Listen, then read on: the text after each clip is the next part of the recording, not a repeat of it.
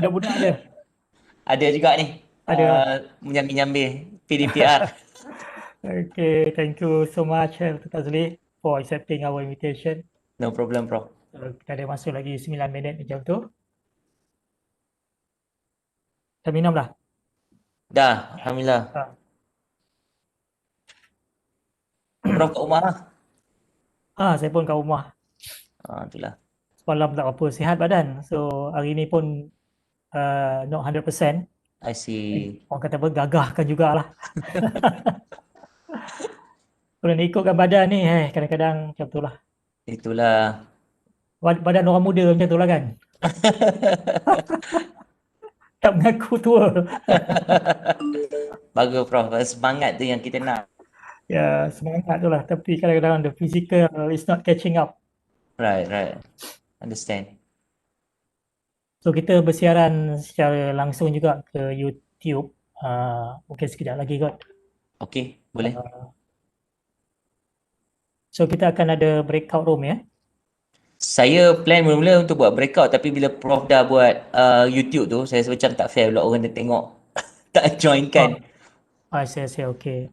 So I think I made that change a little bit lah sebab nanti saya rasa macam kesian lah pula orang duk YouTube tengok nganga tak ada buat apa kan. Tapi tak apalah, ada Saya dapat mungkin sekejap je dengan Dr. Tazli sebab saya ada another meeting shortly. Okay. No problem. Dengan Prof Ros UTM. Okay, salam kat dia.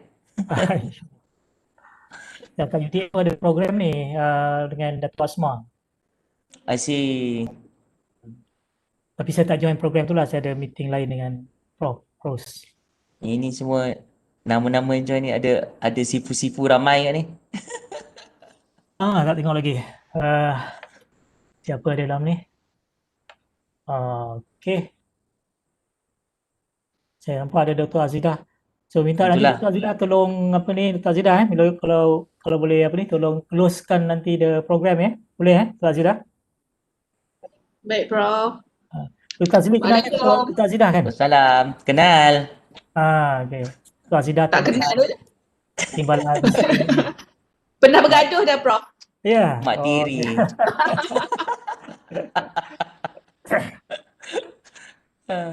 Dia gaduh-gaduh sayang tu.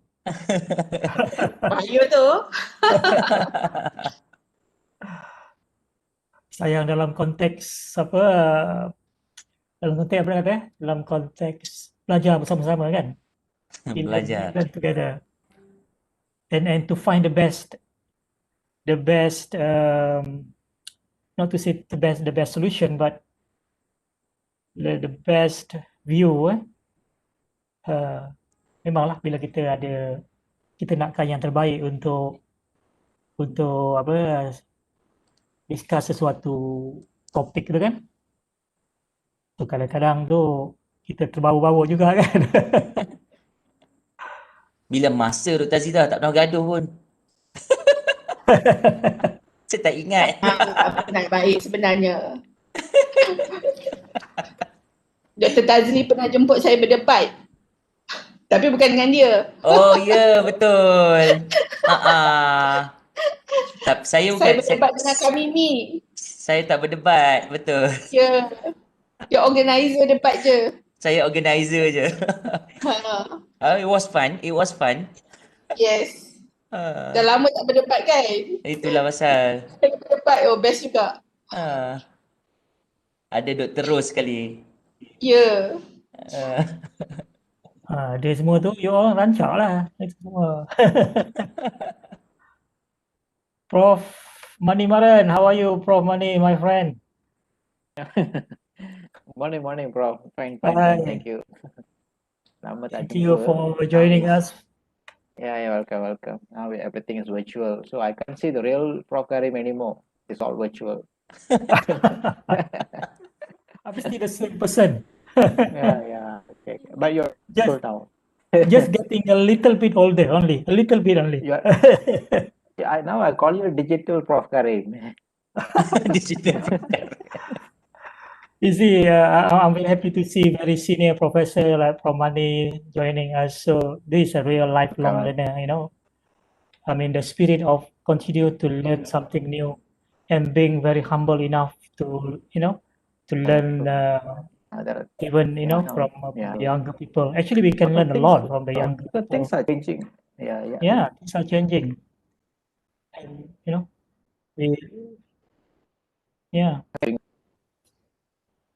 exactly. There's no, there's no such thing as we have learned enough or know enough. There's always something new. I pick up a lot of things from people like Tadut Tazli and others as well.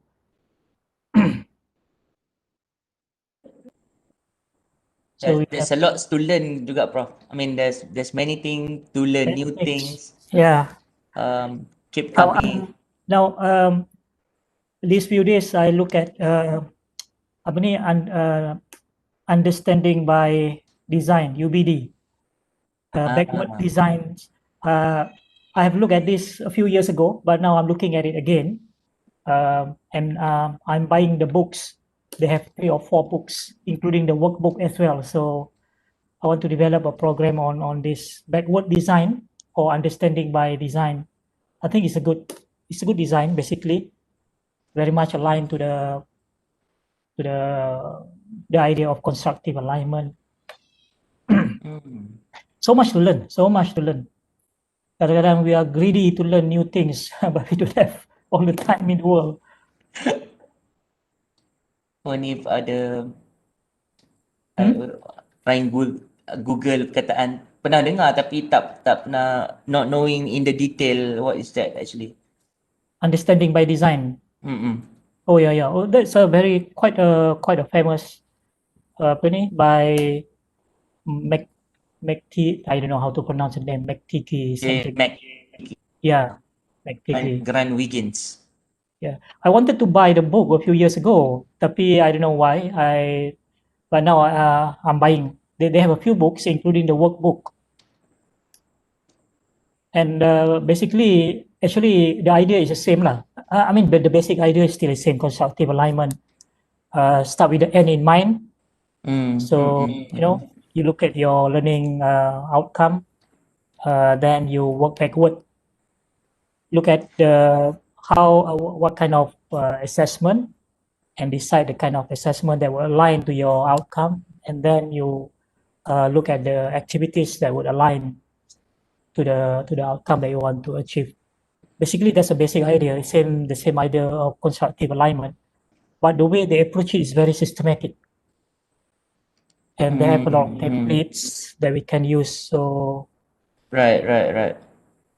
I hope I can dive deeper into that, but maybe we can do it together, Tazli. I think this is a very good framework that we can use, a very systematic way of approaching designing.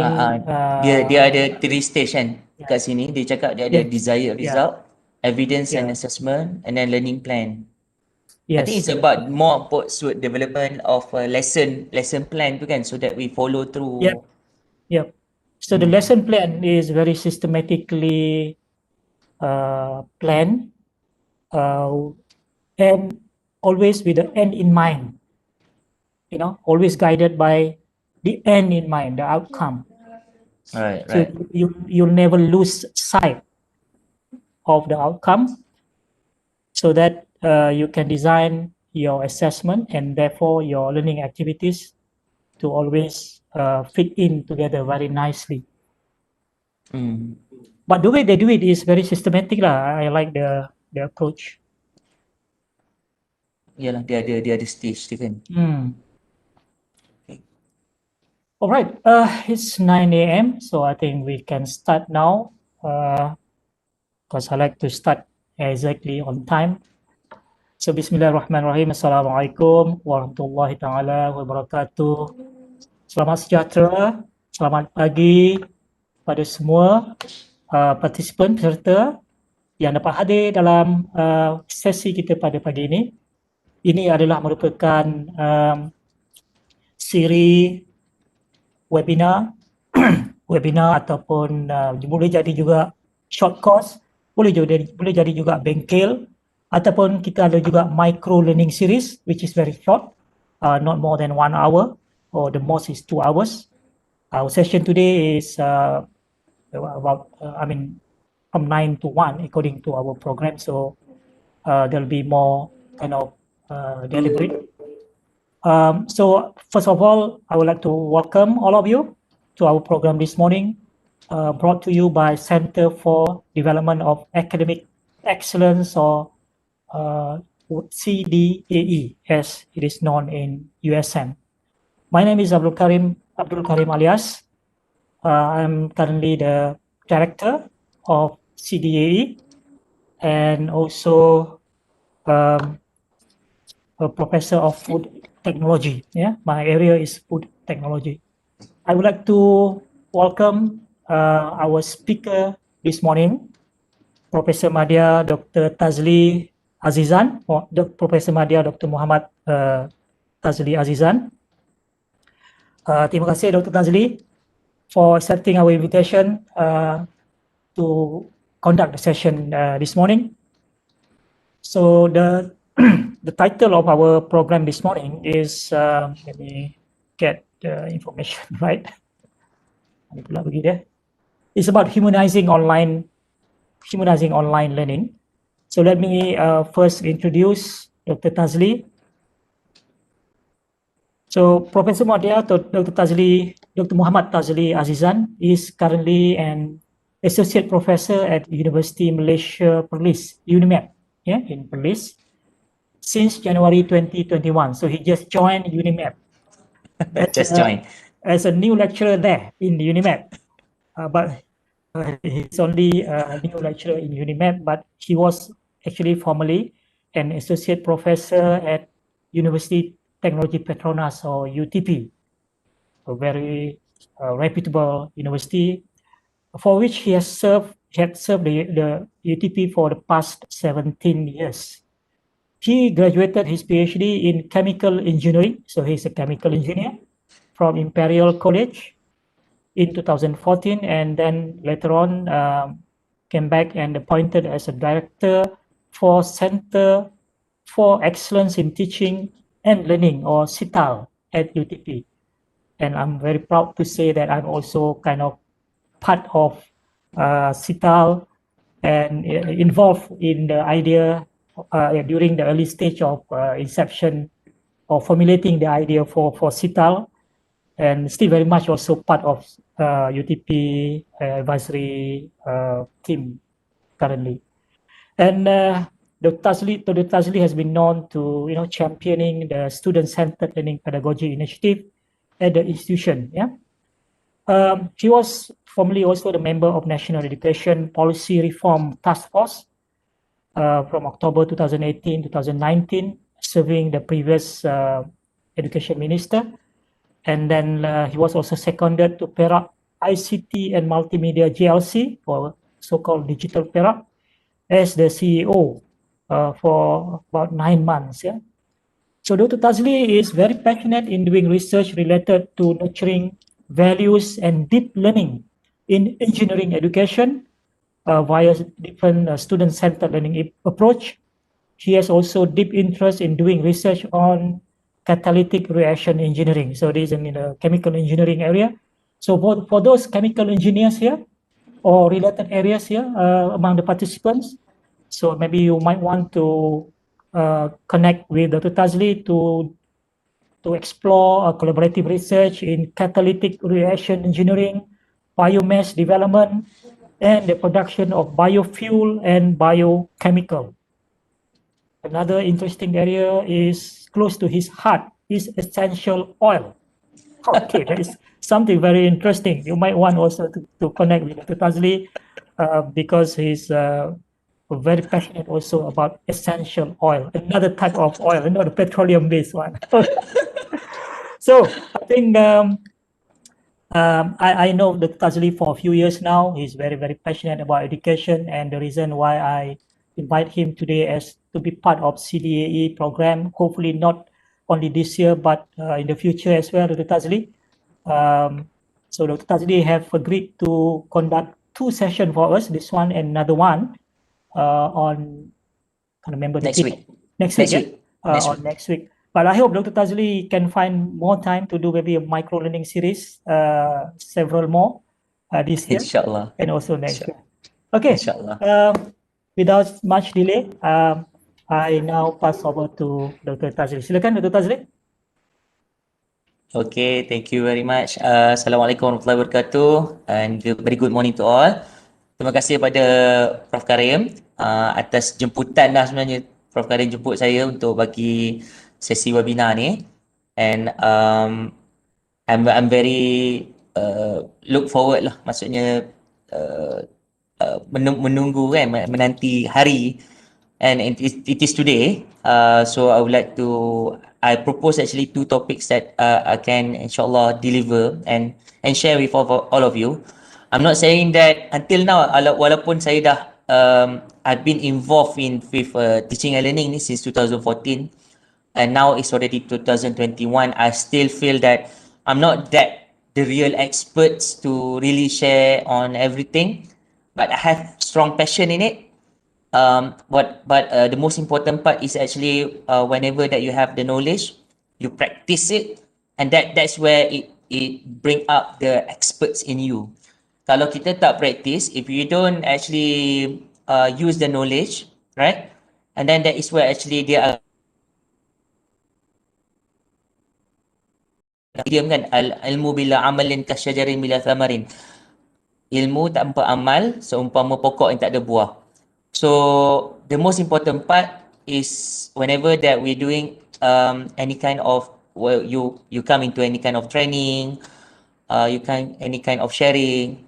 The most important part is whenever that we listen or we actually learn something and we straight away practice it. I think that those are the things that I want to highlight up front lah. Okay. What I'm going to share today is not much new, but except that because right now we are actually facing with the so-called pandemic, and then we are forced to do online learning, somehow forced lah sebenarnya kan. Although I think Prof. Karim ni have been advocating for the online learning like since for the past 20 years, like forever kan. Tapi like the past year ni, 2020, 2021, we are actually being forced to do this, and it somehow is a blessing in disguise because we somehow the process is being accelerated lah because of this pandemic. So let me share my screen. Okay. So hopefully boleh nampak. Alright. So for today's session, actually ada something yang about assessments that I will bring it next week. Okay. I realized that ada dalam description tu about some kind of assessment, but I feel that okay, next assessment tu I'll bring it next week. So it's not like I'm going to utilize the full 4 hours. We may actually finish much earlier, maybe about 12:30, something like that. Okay. But the outline today that I'm going to share with you is about emergency remote teaching. I think many of you have also learned about this, but what is that and why it could not be the same like normal online learning? And then we're going to look at empathy. What is actually empathy? Second one is we're going to look at the guiding principles. How do we actually making sure that teaching and learning happen effectively, but at the same time empathetically? That's second one. The third one is actually I'll be sharing with you about how to create meaningful online learning experience. And then the fourth one is how to develop ourselves to become an empathetic educator. And then we're going to have few question and answer. Throughout the session, there will be some kind of, I'll be doing a little bit macam breakout sessions here and there, but not too long because I know that there's some who are watching from YouTube, so they cannot participate that much. So me being empathy there kan, having empathy jadi macam kesian, tapi I'll try to do it as well for you. Maybe a small short session. And then I'll be having a lot of interaction where I'll be using a lot of it is Mentimeter punya platform. Okay. So I would like you to go to menti.com. Alright, so if let's say you can go with using your own mobile sekarang ni, if you can go to menti.com, with the menti.com with the code 6857943. Okay, 6857943. I would like you to actually to respond to this statement. My worst experience in teaching and learning during this pandemic. Of course, you will have worst and best experience, right?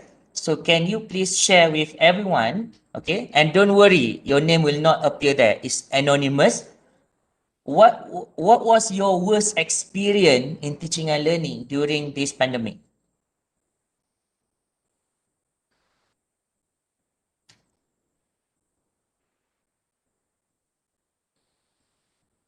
Okay, that is one. You may want to comment here dekat menti.com.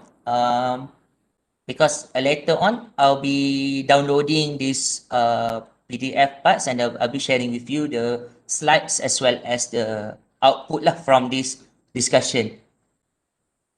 Okay, that's the worst experience. Like not knowing if my students are feeling okay with the lessons, students is missing in action, students being silent throughout, no one attending my live online class.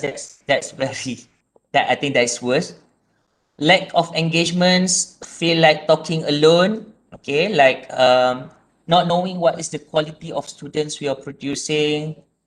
When students commented my lecture too dry, okay, juggling being at home, working and at the same time mothering. Not knowing if my students were actually following the lessons or totally left, okay.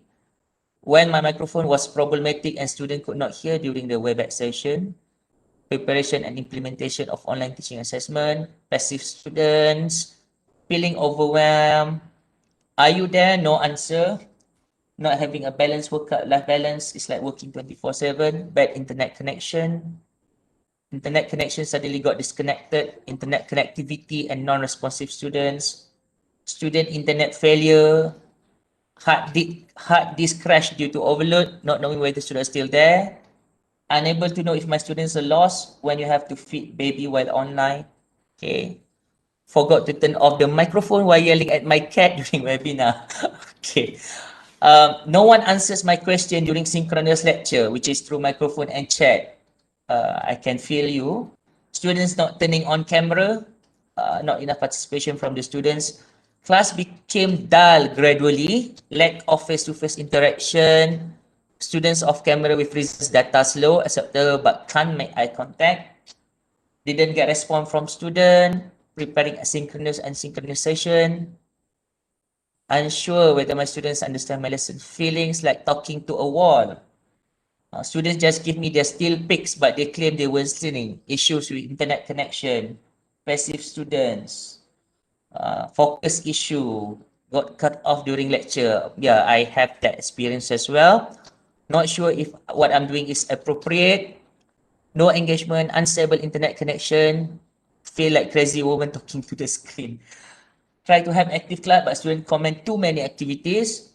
Being unable to move. I'm talking to myself. Student give 1001 excuses not to participate. Students don't respond. Students too quiet. Class become dull. Always on call type of feeling. Student respond. Student was talking at the other end, not knowing his microphone was not muted. And only know students are struggling after failing in tests. Okay. So daripada awal tadi kita tengok, the response is, it's like, I'm not knowing my students are feeling well, okay we're not, until lah kita sampai dapat respon, only we know that students are struggling after failing in test. Lepas dah fail test, baru kita tahu sebenarnya students are struggling. Yeah, that is kind of worst experience that everyone could experience during this particular teaching and learning, kan? Maksudnya memang kita tak akan dapat, it is hard experience that in we combine, we change it to online teaching, and when the online teaching, when everybody is not ready or everybody being forced to, so of course we're gonna face some kind of worse experience during our teaching and learning. But nevertheless, I would like to ask you another question here. what is your best experience in teaching and learning during this pandemic? And also, can you also share something like, oh, this is something that you discover new things, and maybe something that I've never come across about this before. There must be some blessing in disguise, right? So perhaps you can share with us as well.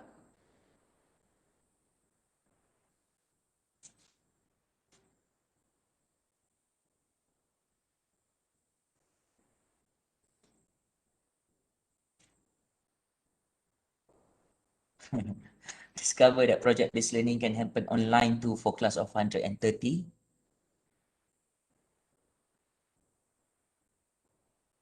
Lama sikit nak fikir best experience ni. Explore new tools and share my experience with my colleagues. Becoming YouTuber. Ha. No one have ever thought about that before. 90% student get A. Okay, there's something to be. Explore online learning in depth. Better skills with online learning tools, all right? Connecting with students in a different level once you get through the barrier. This is interesting. Discovering breakout sessions in web application. They enjoy the tutorial online session. They free. Enhance my skills and knowledge in online teaching methods. Explore new tools for teaching and learning. More experience using. Having an interactive class, which is a rare case. So we have someone who kind of having interactive class. Management increase more internet facilities, which is very good, right? You got more data. I see that students are more comfortable asking questions as they can type on the chat box. Okay. One of the reasons that I use Mentimeter as well, because students wanted to remain anonymous. And if let's say they type on the chat box too, like people still know who they are, kan?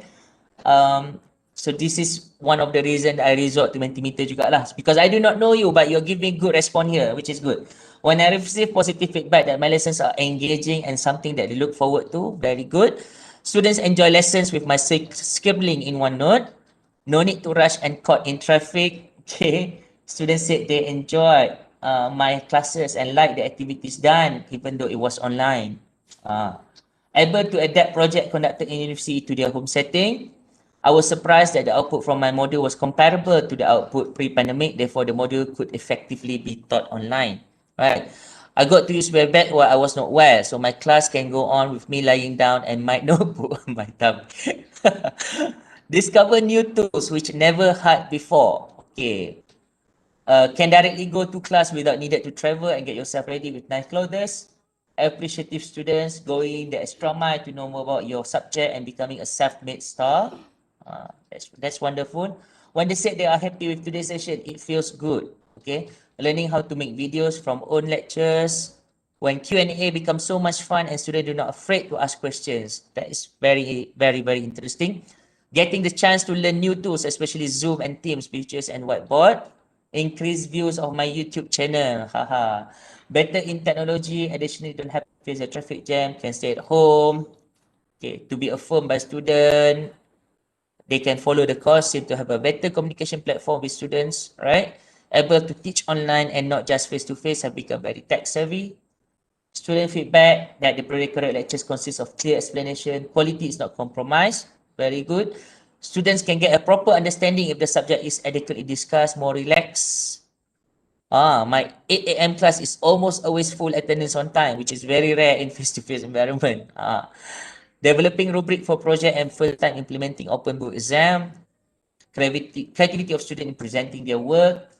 Students said they're still enjoying the class despite of many problems during class. Got a lot of encouraged message from them by the end of the semester. I had to learn a few different online teaching platforms in a short time, but after a while I got used to it. Sudden power cut is a curse. A main challenge is students show little response during online class. Serious students get more opportunity to clarify their doubts, and seeing how appreciative students are and their kind gesture towards the end of the semester. Also, when I could see them actively make use of the things we have discussed in class. I can do asynchronous teaching, which means I can still deliver the teaching even at 12 midnight when the kids are asleep. Students said they were happy because they can review it anytime. They also have family. This work for them too. Apa lagi? Students are participating very well when you use the correct tool. Yourself become a YouTuber when there are students from other countries watch your YouTube classes. Conducting seminars by the students. They are more brave and confident in giving answers. Can have nice hot coffee while on discussions. So you can see that actually they are give and take in actually in our teaching and online during this pandemic, right? There are times when we face a difficult time. There are times that we face certain kind of challenge that we feel very terrible of ourselves, especially when we start to think about the students, okay? And but at the same time, we also explore something new, which is we have not discovered before. That is where actually we count our blessing, kan? So these are the things that um, we should somehow, even actually during face to face pun, we also face some kind of challenge, right? Face certain kind of we face some kind of problems when we conducted our physical face to face class. So what we have to bear in mind is that when we are dealing with this kind of challenge, what is the challenge that is faced by our students? Those are also things that we might need to consider. Because the most important part is actually, even until now, I don't know, maybe some people say that it's this online learning. But I still feel that we are somehow in the situation of an emergency remote teaching. Why is that? Because a normal online learning is we voluntarily sign up for that. Macam kalau kita sign up kepada OUM kan, Open University Malaysia, which is there is a online punya session, memang online. Memang the teachers pun tahu dia kena ajar secara online. Memang the students pun tahu that they are signing up because they are going to learn it online. But the thing is, when it comes to this particular situation, when we are so much that we wanted to have physical classes, but it stopped us from doing so because of this pandemic and all this MCO, all this kind of thing. We cannot have this online, we cannot have the physical classes. So we have to resort to some kind of emergency remote teaching because this is a temporary shift of instructional delivery. Okay, so that we have to bear in mind that not all of us are in the same boat like us, and then therefore we need to think further about the situation that our students are facing. So what we have to do is actually we need to provide temporary access to instruction and instructional supports to make sure that we can teach well, effectively well, even though it's not comparable to physical classes. And the second one is we should also be able to think about our students' learning so that they still can learn despite of the challenges that they are facing. Can you imagine, like last 2 months, I think last month when our students, some of our students who actually experienced not only COVID-19 spiking cases in their area, but at the same time because of the flood situation. So these are the things that is not ideal at all. It's not really an ideal situation for a teaching to take place, to happen. But how do we, as an educator, we try to provide support and access to our students so that they still can continue learning? So that is why I still believe that whenever that we are here, when we are actually at our own home, at our own house, and students are at their own location, this is still considered as emergency remote teaching. So I have another questions to you. Maybe some of you can share. Oh, before that, what are the challenges that your students usually face during this pandemic? Can you please share it here? If you really speak to your students, what would be the challenges that your students usually face during this pandemic?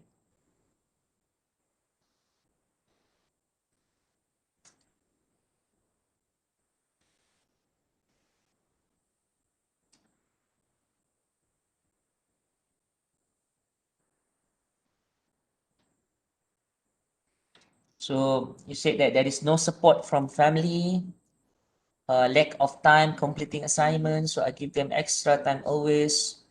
Home is not conducive, anxiety disorder, unstable internet connection, bad internet connection, too much assignment, which I can concur with, internet connectivity, social isolation, overwhelmed with assignments and tasks, dealing with house chores, babysitting their smaller siblings and lack of motivation, fear of uncertainties, time and emotional management, their network issue, their internet bandwidth very poor.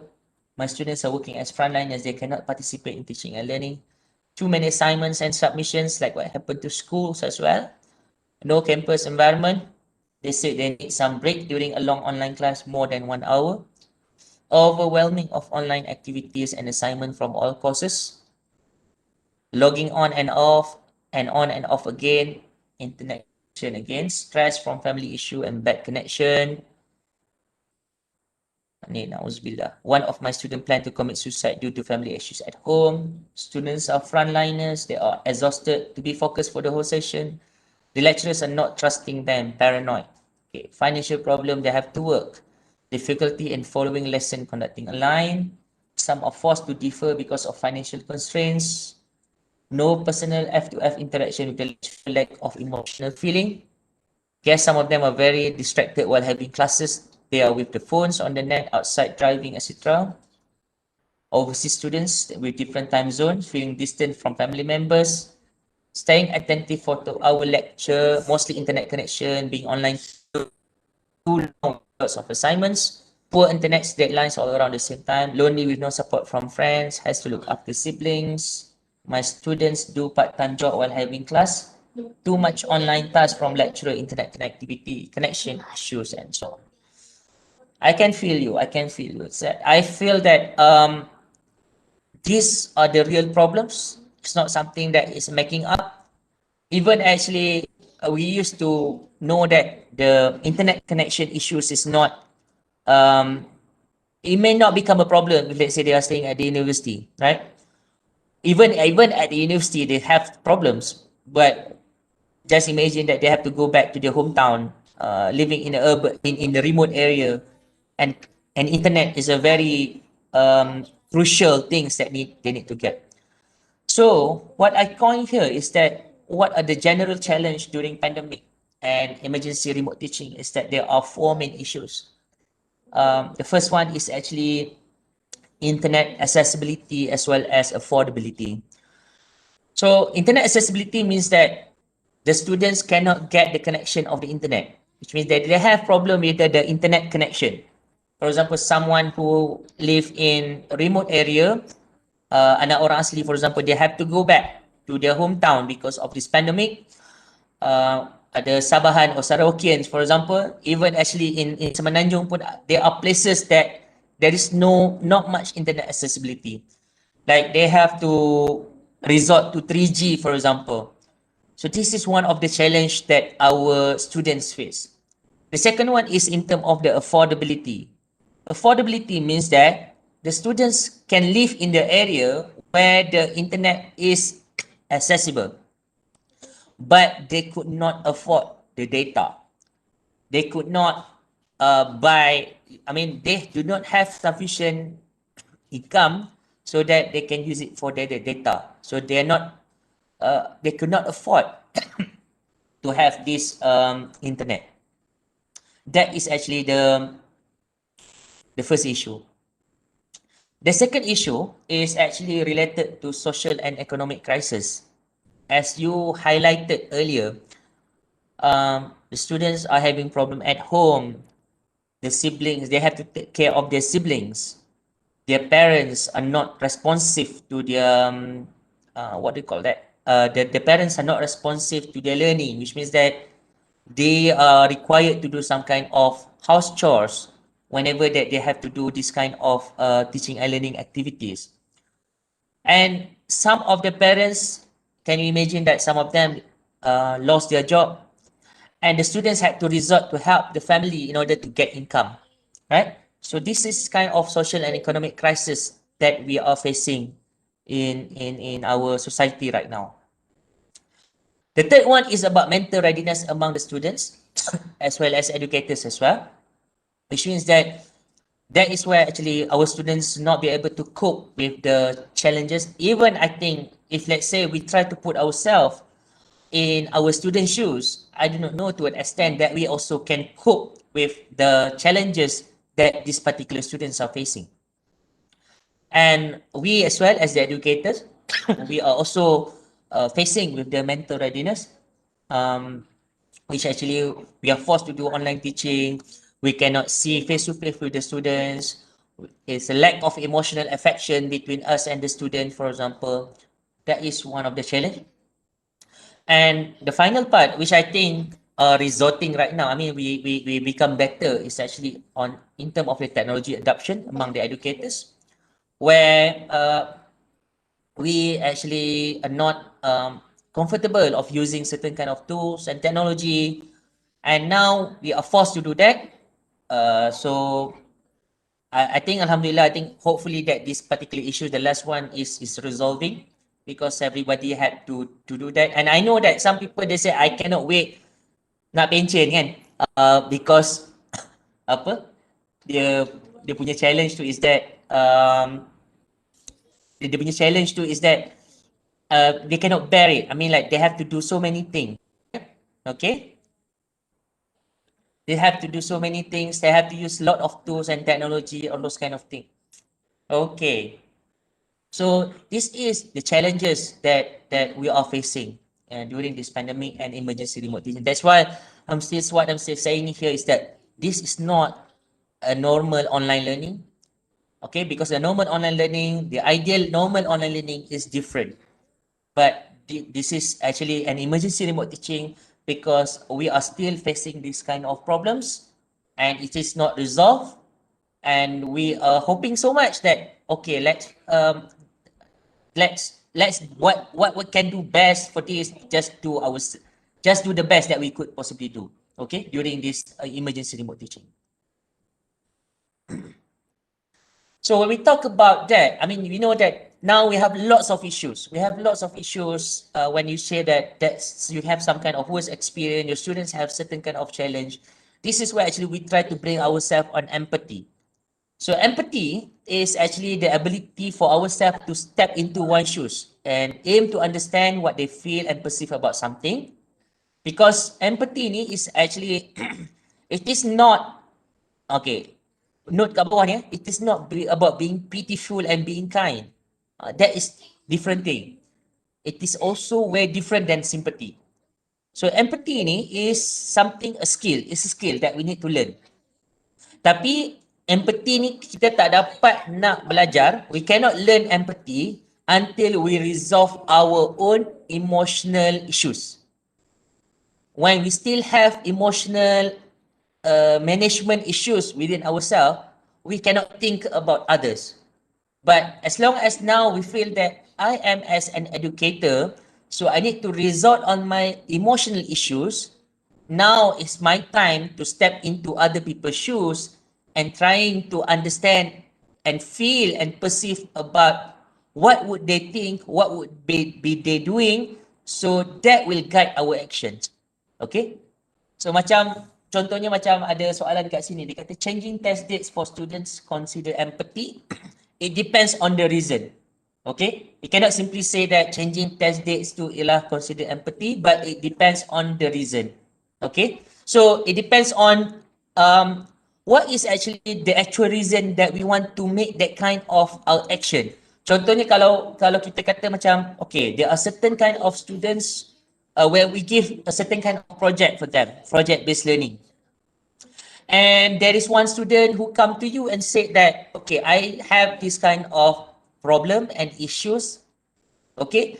And then this is where actually we try to put ourselves. If let's say I have this kind of issues and problem, what would I do? Okay? And this is sometimes we can further negotiate with them. Or sometimes what we can do is actually we take some kind of action just to make sure that we fulfill the requirement of the students, what the students need. Okay, it doesn't mean that we have to change for everyone, But this is where actually we start to tailor-make our teaching and learning activities very personalized to this particular student. And this is what we're supposed to do right now. This is what is actually IR 4.0 is all about. Because the problem in the past, we are so used to make sure that everything have to be in uniform, right? Because we're still stuck in IR 2.0, where actually we're producing the factory workers, right? Everybody need to wear uniform, everybody need to do this similarly like others. And then we start to make a comparison. If let's say he can do this, why you cannot do this? That is not empathy. If let's say you start to compare, if during my time I was like this, that is not an empathy. Okay? I always sometimes I remember some of friends or lecturers actually use this kind of term. Kadang-kadang students come to you and say, "Sir, I cannot finish this and I could not do this ni." Kenapa? Why you cannot do this? During my time, I also face this. When you say during my time tu, that is not being empathy at all. Okay? So you are lack of empathy when you start to compare yourself with others. But the most important part is try to put yourself in their shoes and then try to not to make that kind of comparison. Okay? So that is actually what is being empathy is all about. Okay? The next one. Why empathy is needed during ERP? So this is where actually I share this. Okay? Because we may also be in this particular boat. Kan, kita duduk dalam kapal yang besar, kita sangat selesa. I feel really comfortable working at home. I feel really comfortable having my own chair and having my nice table. Very good design semua kan. Memang selesa lah work from home. Why are you complaining? So you will start to ask that you are actually in a very big boat. But you never know that some of us are actually have to struggle during this pandemic dalam boat yang berbeza. We are in a different boat. Kan? We are in different boat. We are actually in different situation and we never know. And then that is why actually we need to know. We need to start to understand why these particular students are behaving so and so. Kan? Tapi this is the good time for us to really make that connection. I do feel that actually when I experience my teaching and learning for the past 1 year, I do feel I do feel a different connection. I think as what some of you shared. Dia kata memang macam kalau apa dia kata it's a different connection on a different level. Memang betul pun. I do feel that way because I started to discover what the do and don'ts, what are their likes, what are their situation, and it's really making me connected to them. And towards the end, the students started to say that, sir, kalau sir ada kat UTP lagi, saya nak jumpa sir. Tapi tak sempat nak jumpa lah kan, sebab saya dah cabut dulu. Tapi these particular students really appreciate and really being thankful to you because when you started to see that they are not in the same boat with you, they are actually in a different boat. Okay? So empathetic leadership is one of the important skills in 21st century. We want our future, our next generation to become kinder.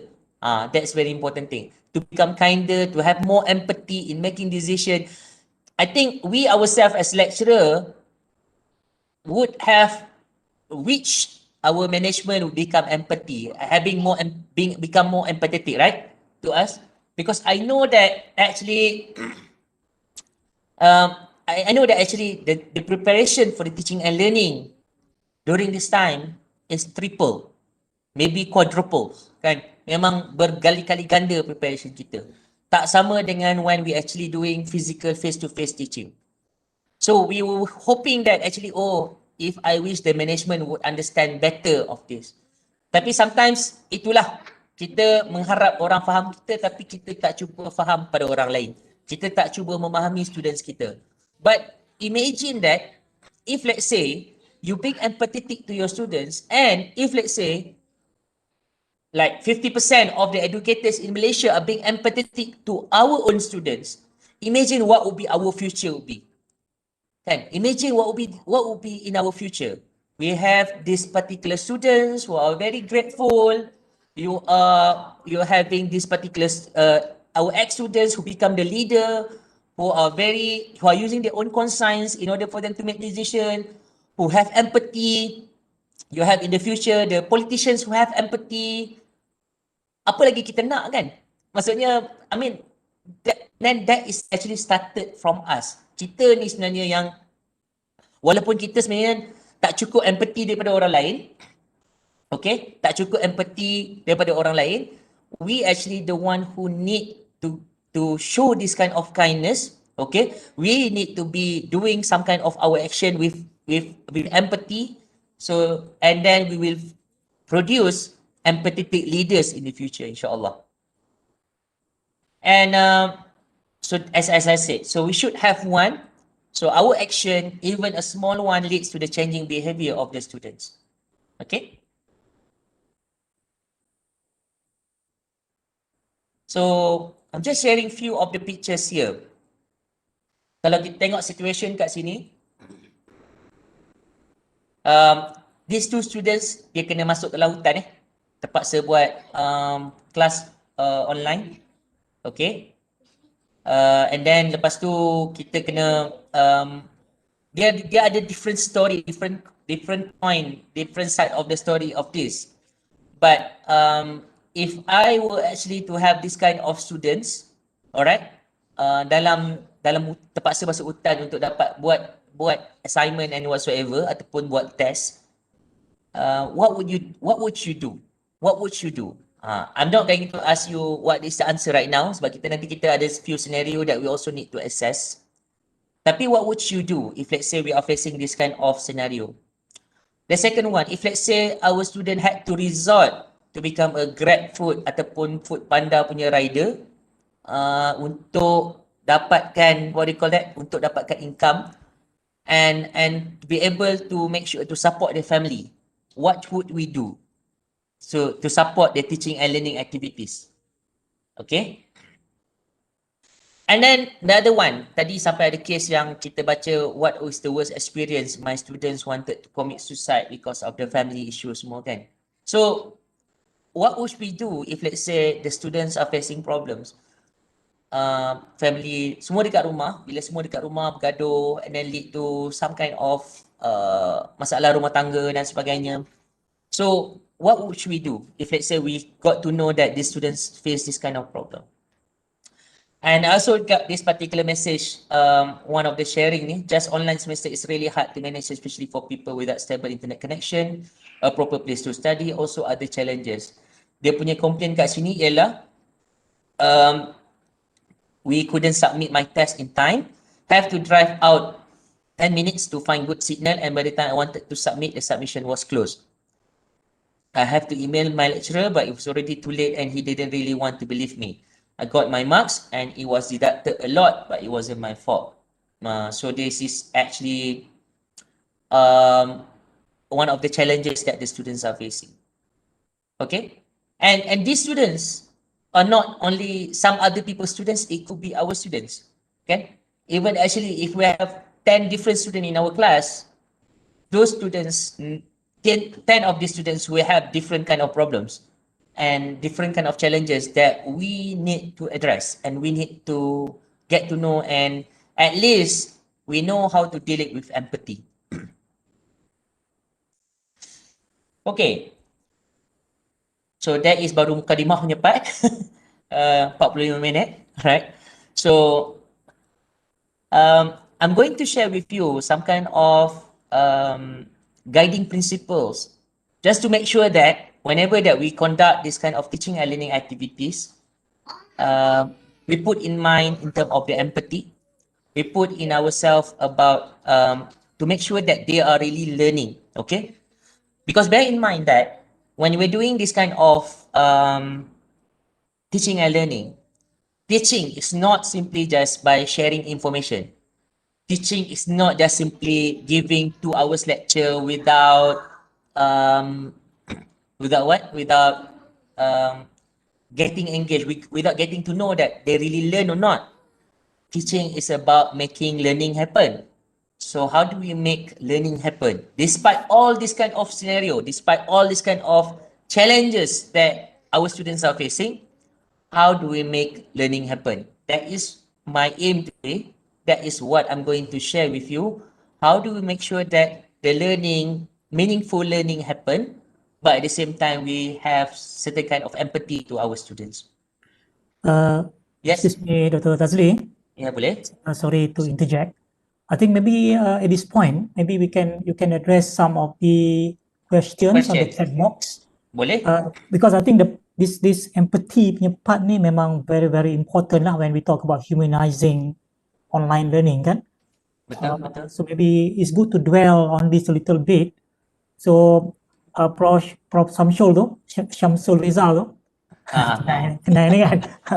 So dia kata ada setengah pensyarah ni memang tak ada empathy.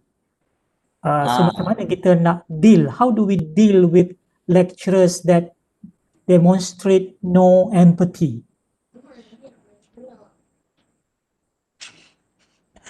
That is a very tough things to do kan, sebab kita when we actually crossing the boundary of ourselves kan, maksudnya we do not have some kind of control to our lecturers, and I think that is I do understand that we have this kind of lecturers who are actually having no empathy to our students, and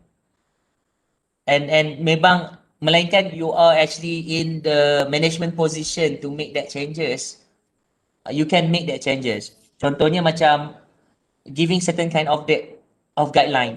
I understand that one thing that is actually that what happened I think since last year, the amount of assignments that were given to the students are quite high, because we used to, kita terbawa-bawa daripada kaedah memberikan assignments during physical classes, and now we want to do it similarly when we are doing online classes, without thinking that the students are also taking other subject as well. I'll be dealing with that nanti, Prof. Ada some kind of tips yang I'll be sharing about how does the colleague should be actually talk to each other, should interact with each other, so that to ensure that the students can do a meaningful assignments ataupun meaningful activities. That is one. The second one is with the lecturers yang memang macam mana kalau dikata-kata selalunya bila tak ada lecturers, tak ada empathy ni is always associated dengan assignments lah. Betul tak, Prof? Students yang memang banyak sangat assignments. Tapi yang tu I will actually share with you lah what would be the best possible way that we could do.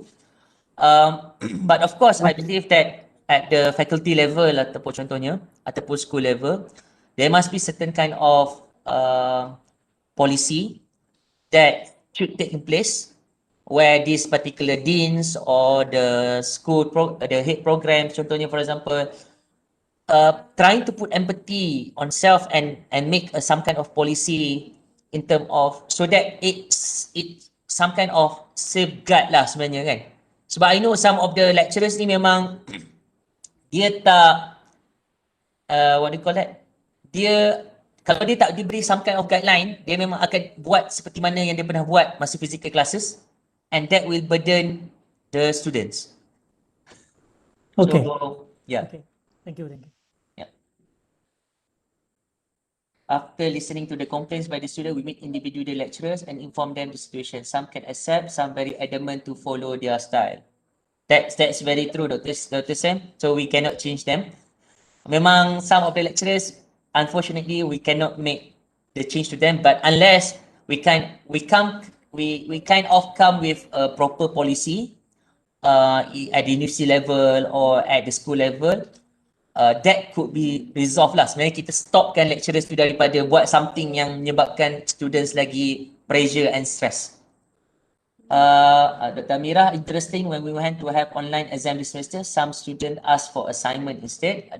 How can we distinguish if the students are actually in hard situation or just giving excuses by taking advantages of current situation? Okay. That is also another challenge for us lah sebenarnya. Macam kita nak tahu sama ada students ni sama ada dia nak menipu ataupun sebenarnya they really have problem. I don't know about others, but for me, when the students started to come to you and giving this kind of complaints or challenges whatsoever, of course you have two things in mind, whether actually students ni sebenarnya betul-betul nak menipu ke ataupun tak. Tapi for me, I think they are adults enough to make that kind of decision, whether they want to cheat us or they really are in problems and they need our help. And in actual sebenarnya bila kita kata macam tu, kita tak rugi, because we are the one yang rugi kalau menipu ialah dia. Sebab that can be translated into dia punya continuous performance in the long run. You can see that.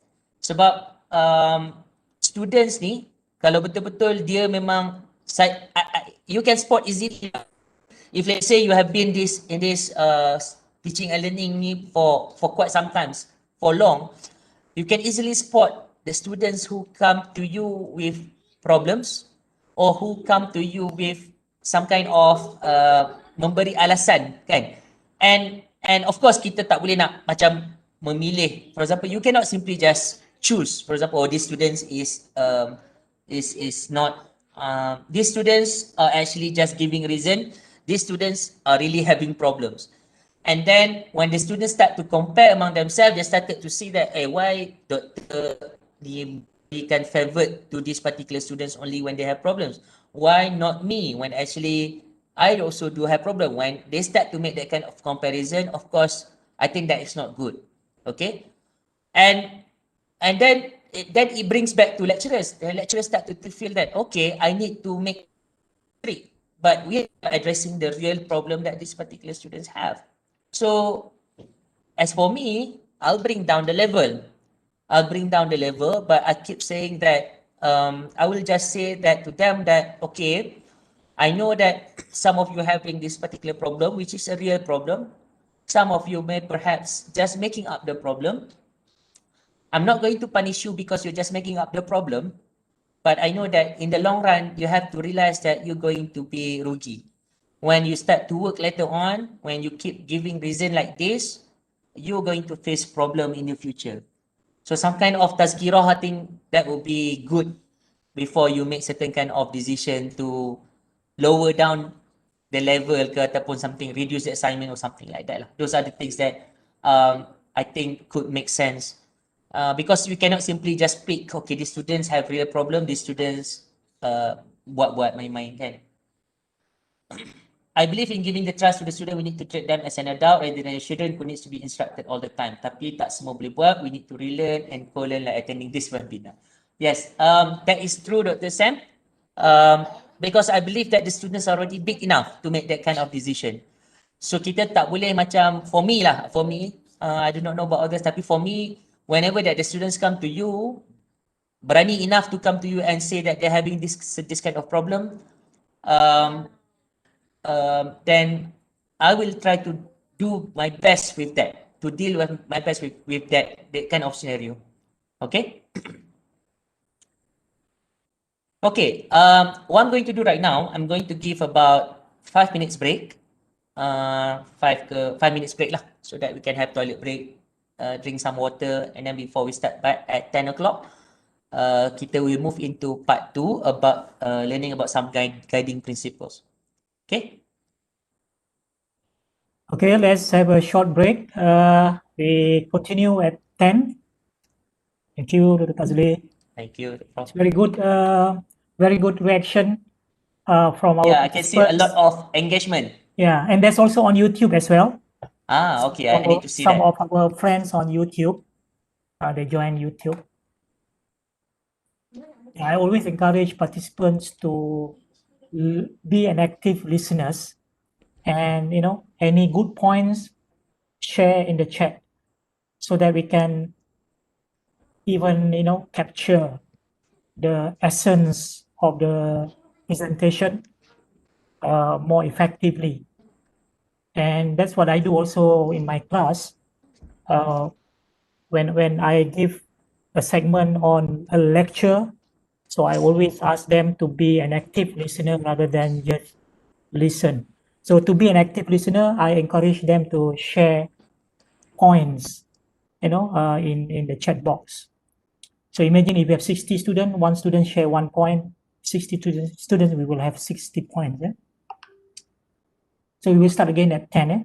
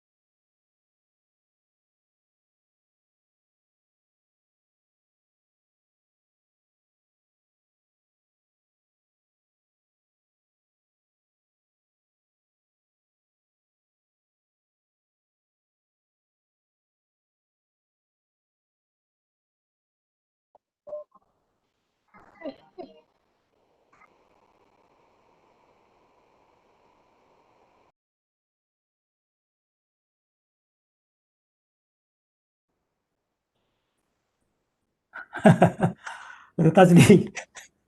Ada orang kata nampak Dr. Tazli minum Ningxia Red.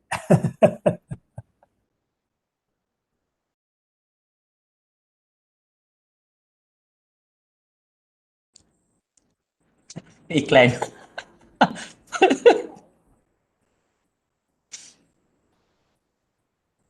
Tak apa, boleh plug in.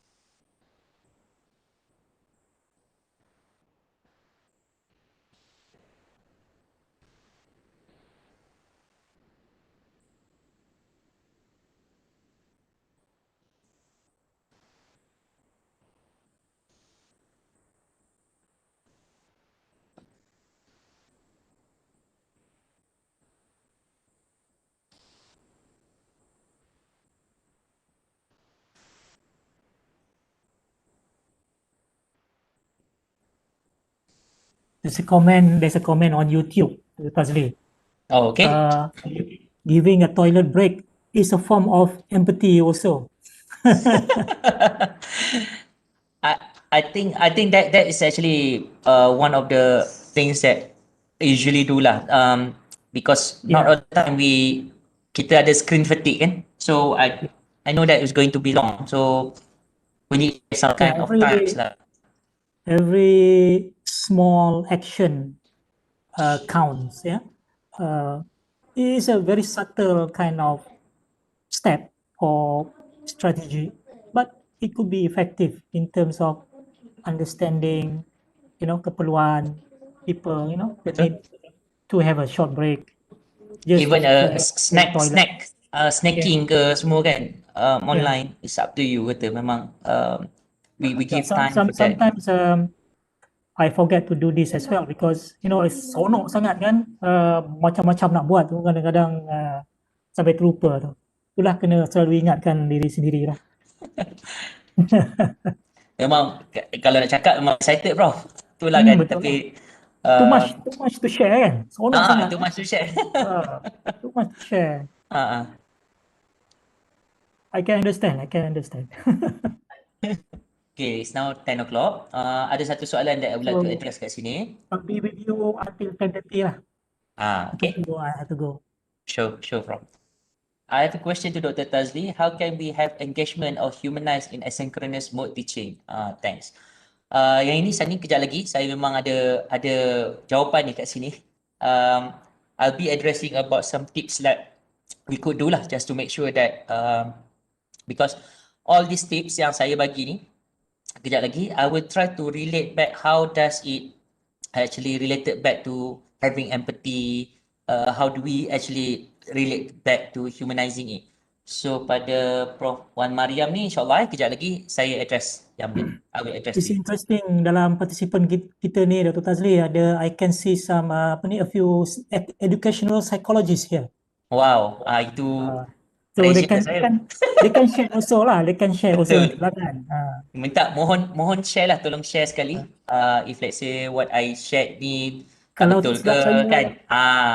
Kalau tak silap saya tu Dr. Shafrin tu education psychology punya background tu. That's very good. So I hope that you can top up some of the information, share it out lah, because I'm not educational psychologist, but what I'm trying to share with everyone here is about being educator lah. Sebenarnya when we become educator ni, it doesn't resort to actually you need to in any discipline pun sebenarnya we need to educate ni, become an educator ni, it's not only the skill of the pedagogy as well as the technology only kan. It's actually the what do you call that, the human in you too, you need to bring it out. Okay, so what I'm going to share with you right now is some kind of guiding principles in order for us to make sure that we bring the best and meaningful teaching experience to our students. So there are 3 guiding principles yang I can share. Walaupun sebenarnya kalau according to educationists, there are plenty of theories out there are plenty of learning framework out there. Tapi this is what engineer do best. Engineers, dia akan pick few and then they only concentrate on this and try to bring the best out of this. Itu je yang engineers ni pandai. Tapi kalau we want to take everything, nanti kita akan jadi very overwhelming. So what I'm going to share with you is just only few things that I'm going to share with you, how to make sure that when we conduct teaching and learning, it's going to be effective, meaningful, yet empathetic. The first one is what we call as constructive alignment. Constructive alignment ni, I think it has been emphasized a lot, especially dalam MQA pun memang semuanya kena constructively align when we develop our course outcome, learning outcome and etc. But I think many people didn't realize is that whenever that we develop our learning outcomes, it's not just simply documentation yang kita letakkan di dalam file kita, di dalam lesson plan kita. It's not only about that. For example, like kita letak kita punya learning outcome to be able to explain on something, to be able to analyze on something, to be able to create on something. Okay, so those are the outcomes that we spell out in our learning outcome. And then lepas tu kita buat assessment. Ini yang selalu berlaku lah. Kita buat assessment, student should be able, kita punya target assessment kita, student should be able to create something lah, because kita nak benda tu appear dekat learning outcome kita. You want it to be appearing dekat your learning outcome, student should be able to create something. So you give some kind of assessment, student should be able to create something. And then you give some kind of assessment, students should be able to analyze or evaluate something. All those higher level thoughts according to Bloom taxonomy that you put in your assessment. But many people forget is actually to activate the verbs during teaching and learning activities. For example, if let's say you spell out in the learning outcome, the students should be able to create certain kind of prototype by the end of the course, for example. And then you give the assessment to them, okay, you should be able to create this prototype. But what happened in the class is that we just give lecture. Cakap dia tak habis. Okay? We just talk and just give lecture to the student. And then we give lecture macam ni. You know, when you want to create the prototype, it should be like this and this and this. Or this is the example of prototype that you should be able to create. And then you give assessment to them. Okay, create the prototype. Confirm the students are not be able to do it well.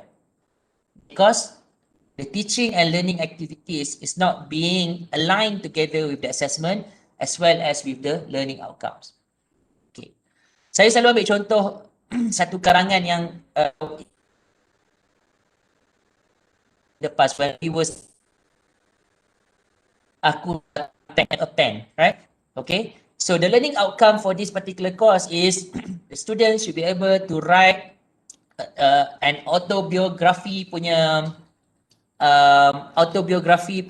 what do you call that? Essay. Okay. So that is the learning outcome. And then which is aku sebatang pen. What happened is that towards the end assessment, kita bagi karangan dekat student, tajuk dia, okay, tulis satu karangan, write an essay about aku sebatang pen. So that is assessment. So if let's say the students be able to do it perfectly, then they be able to achieve the learning outcome. But what happened in the teaching and learning activities is that there is no activities being conducted at all. Okay, so students tiba-tiba diberikan macam tu, assessment macam tu, and of course some of the students will be able to. Ataupun the other way around is because the students need to write karangan aku sebatang pen in their exams, what happened in the class, the lecturer ataupun the teacher give every day karangan, tulis karangan aku sebatang pen. Aku sebatang pen, aku sebatang pen, aku sebatang pen, all the time. And then, when it comes to the assessment, of course, they got A for that because they just be able to replicate whatever that they have done in their class. Does it mean that whenever that we specify to be able to create autobiography essay, which is level 6 contohnya, does it be able to when they do the assessment, do they actually achieve the level 6 belum taxonomy tu? Tak. Because they have been drilled inside the class. So this is also what happened when I come across some kind of macam program yang banyak mathematical punya calculations kan, for example. So students need to actually do the same problem ataupun just a different big problem, and then lepas tu jawab soalan tu berlatih to be inside the class, and then of course they be able to answer that. But does that develop their high order thinking skills? That is not. Okay. So the most important part kat sini ialah whenever that we conducted this kind of teaching and learning activities, bear in mind that we are not bringing the students towards very low order thinking skills. Okay, although the learning outcomes specify it is high order thinking skills, but at the same time, we shouldn't be leave the students without any help when we actually specify our learning outcome is high order, and then we give assessment of high order thinking skills, tapi teaching and learning activities is actually of low order thinking skills, which means that there are very big gap that the students need to address in order for them to solve that particular assessment. Okay, so we need to be very careful when we this is a guideline whenever that we also conduct online session, online class. Go back to our learning outcomes, okay, and then we have to think. For example, like if let's say the learning outcome wanted the students to be able to do some kind of analysis, okay, do some kind of analysis in their assessment, in their project, for example, do some kind of analysis. So in the teaching and learning activities should provide some kind of support so that they be able to do these kinds of analysis. So how do we do that? This is where actually engagement happen. This is where actually students should be encouraged to actually talk to each other in order for them to analyze on certain kind of case study, analyze of certain kind of issues. And then this is where actually the student feel that, okay, they would participate in our discussion because assessment drives learning. Sebab kalau students, dia akan, if let's say the student feel that whatever kind of assessments that we give in the future, if let's say there are some kind of analysis and we keep emphasizing that if you participate in the discussion inside the class, this is where actually you'll be able to answer, to get, to do well in your final assessment, because assessment drives learning. Okay.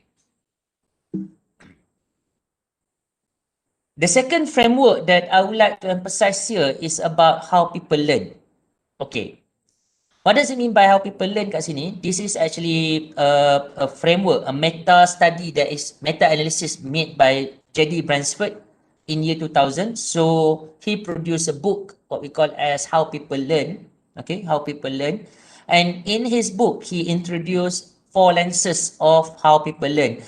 When he studied like more than 1,000 articles or journals or research made by other people about how they learn, he came up with these 4 lenses. He said that as long as these 4 lenses, okay, are fulfilled, then basically the students be able to learn. The people will be able to learn. Okay. Saya address soalan jap, tengok sini. Let backup room to make sure that they are making engagement, not just distribute online survey. Okay. Right, apa yang ni I will address that. So, if you can see that the 4 lenses ni, dia ada knowledge centered, learner centered, assessment centered, and community centered. What does it mean by knowledge centered here is like whenever that we give some kind of lessons ataupun new knowledge for the students, the fundamentals of discipline, which means that the students, something yang kita bagi kepada students tu, the students should be able to connect between the future application of the knowledge that they are having. That is one. And the second one is actually the old information or old knowledge that they have, and how do we fit in the new information dekat tengah-tengah tu. So this is what we call as knowledge centered. So if let's say the students started to know that, okay, what will be the future application of what they are learning, even though they're just learning it online, they will become more motivated in order for them to know more about the new knowledge that they're going to introduce to them. Ataupun when you started to connect the old information that they have, okay, something surrounding them. So for example, like you give some kind of analogy which is close to them. So that is something that you can bring the students' interest into the new knowledge that you're going to teach them.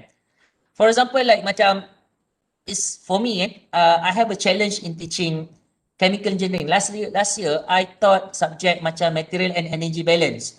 For material and energy balance untuk budak first year yang sebenarnya tak tahu pun about chemical engineering plant at all. Okay.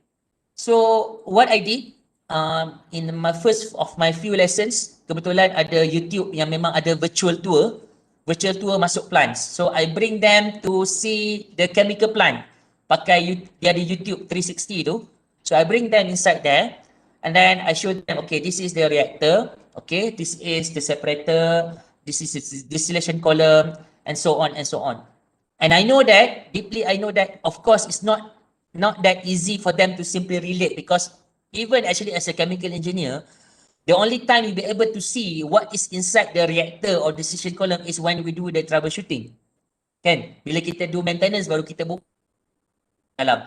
So, what else? The challenge yang the students are facing. They are first year students. They never been exposed to chemical plants. Okay, and suddenly they need to learn about chemical engineering, and one of the toughest subject for first year student is material and energy balance. So what I did is actually, I made the example or analogy based on what is inside the house. For example, like something to do with cooking, something to do with, for example, I give example of continuous flow. If let's say you are actually, bila kita start buka pipe dekat luar, garden hose, okay, so the flow at the start of the flow tu sampai to the end is the same. Itu dipanggil sebagai continuous flow, for example. And then when you want to mention about them, what is batch flow? batch flow ni macam, for example, like you are cooking, for example, on the stove. So these are the things that trying to relate the student with some kind of information yang ada depan mata dia, that which is actually ada what they can see and what they can relate. So that is very important for us to have this kind of knowledge-centered punya lens, so that only then whenever that we introduce new knowledge, the students be able to connect the old knowledge as well as the future application. So whenever the future application, we need to bring them to something that they need to know lah. So that only that it makes interest for them. Second one is,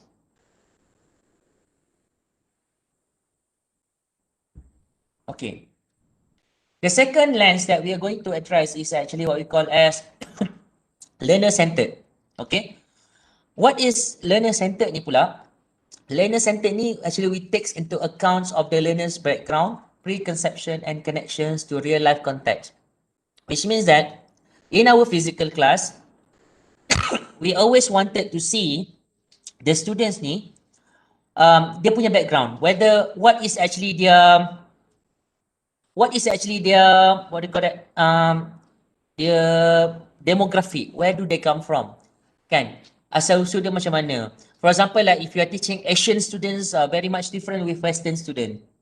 If let's say we are teaching largely a Malay group, there will be a different if let's say we have a mixed group, for example. And on top of that, what is their previous knowledge? Okay, what is their misconception? So these are the things that we need to engage, that we need to know in order for us to use this particular learner-centered lens. One of the things that we could do before we start the class, for example, apa yang saya buat ialah saya akan collect the data. Saya akan minta, for example, what would be your apa speed, network yang you pakai, sama ada is it for mobile data ataupun memang ada internet kat rumah. And then I ask them to snapshot the screenshot of the speed. So from that, only then I decide what would be my future ways of conducting teaching and learning. Sebabnya, if let's say I have one student or two students who said that, okay, my connection is like less than 0.5 megabyte per second, then I said that no way that it could be a live session. No way it could be a live session because I know that these students will be left out.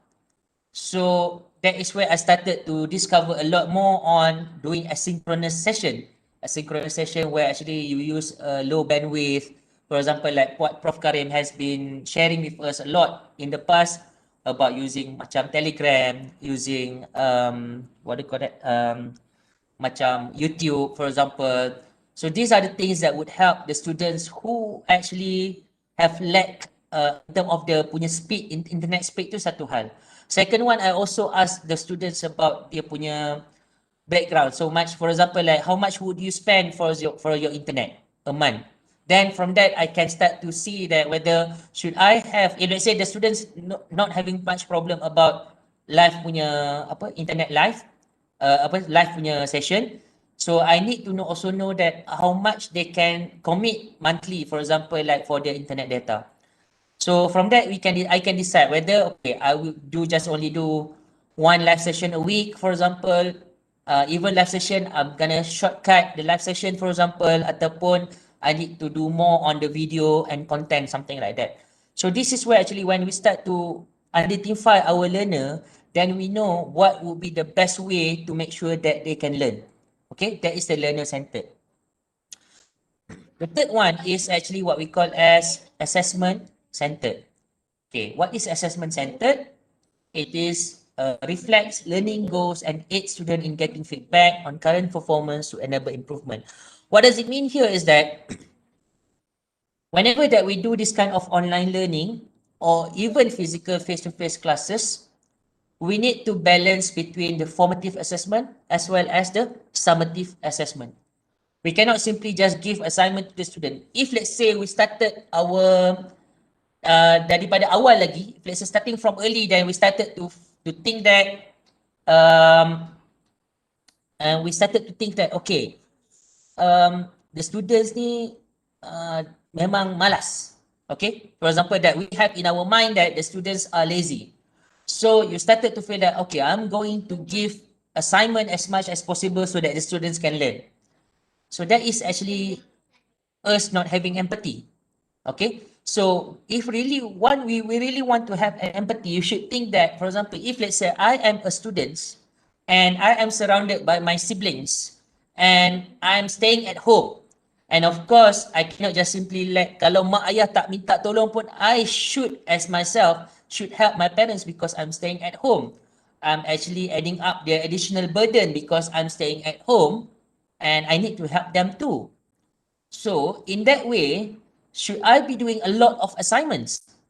Because sometimes the assignments tu dah lah dia replicating, duplicating, okay? For example, like sikit-sikit ada assignment yang macam ni, which is, and then the next one ada lagi assignments, which is addressing the same learning outcomes, for example. So these are the things that we have to bear in mind, that, for example, like if let's say you just want to give the assignment just to make sure that the students understand and grab the concept, it doesn't have to be a summative assessment. It could be a formative assessment where actually we are giving feedback to the students, where actually they can do during the live session, for example. Ataupun it can be just a good forum, interaction forum, for example, where the student doesn't have to spend a lot of time in order for them to do this particular assessment.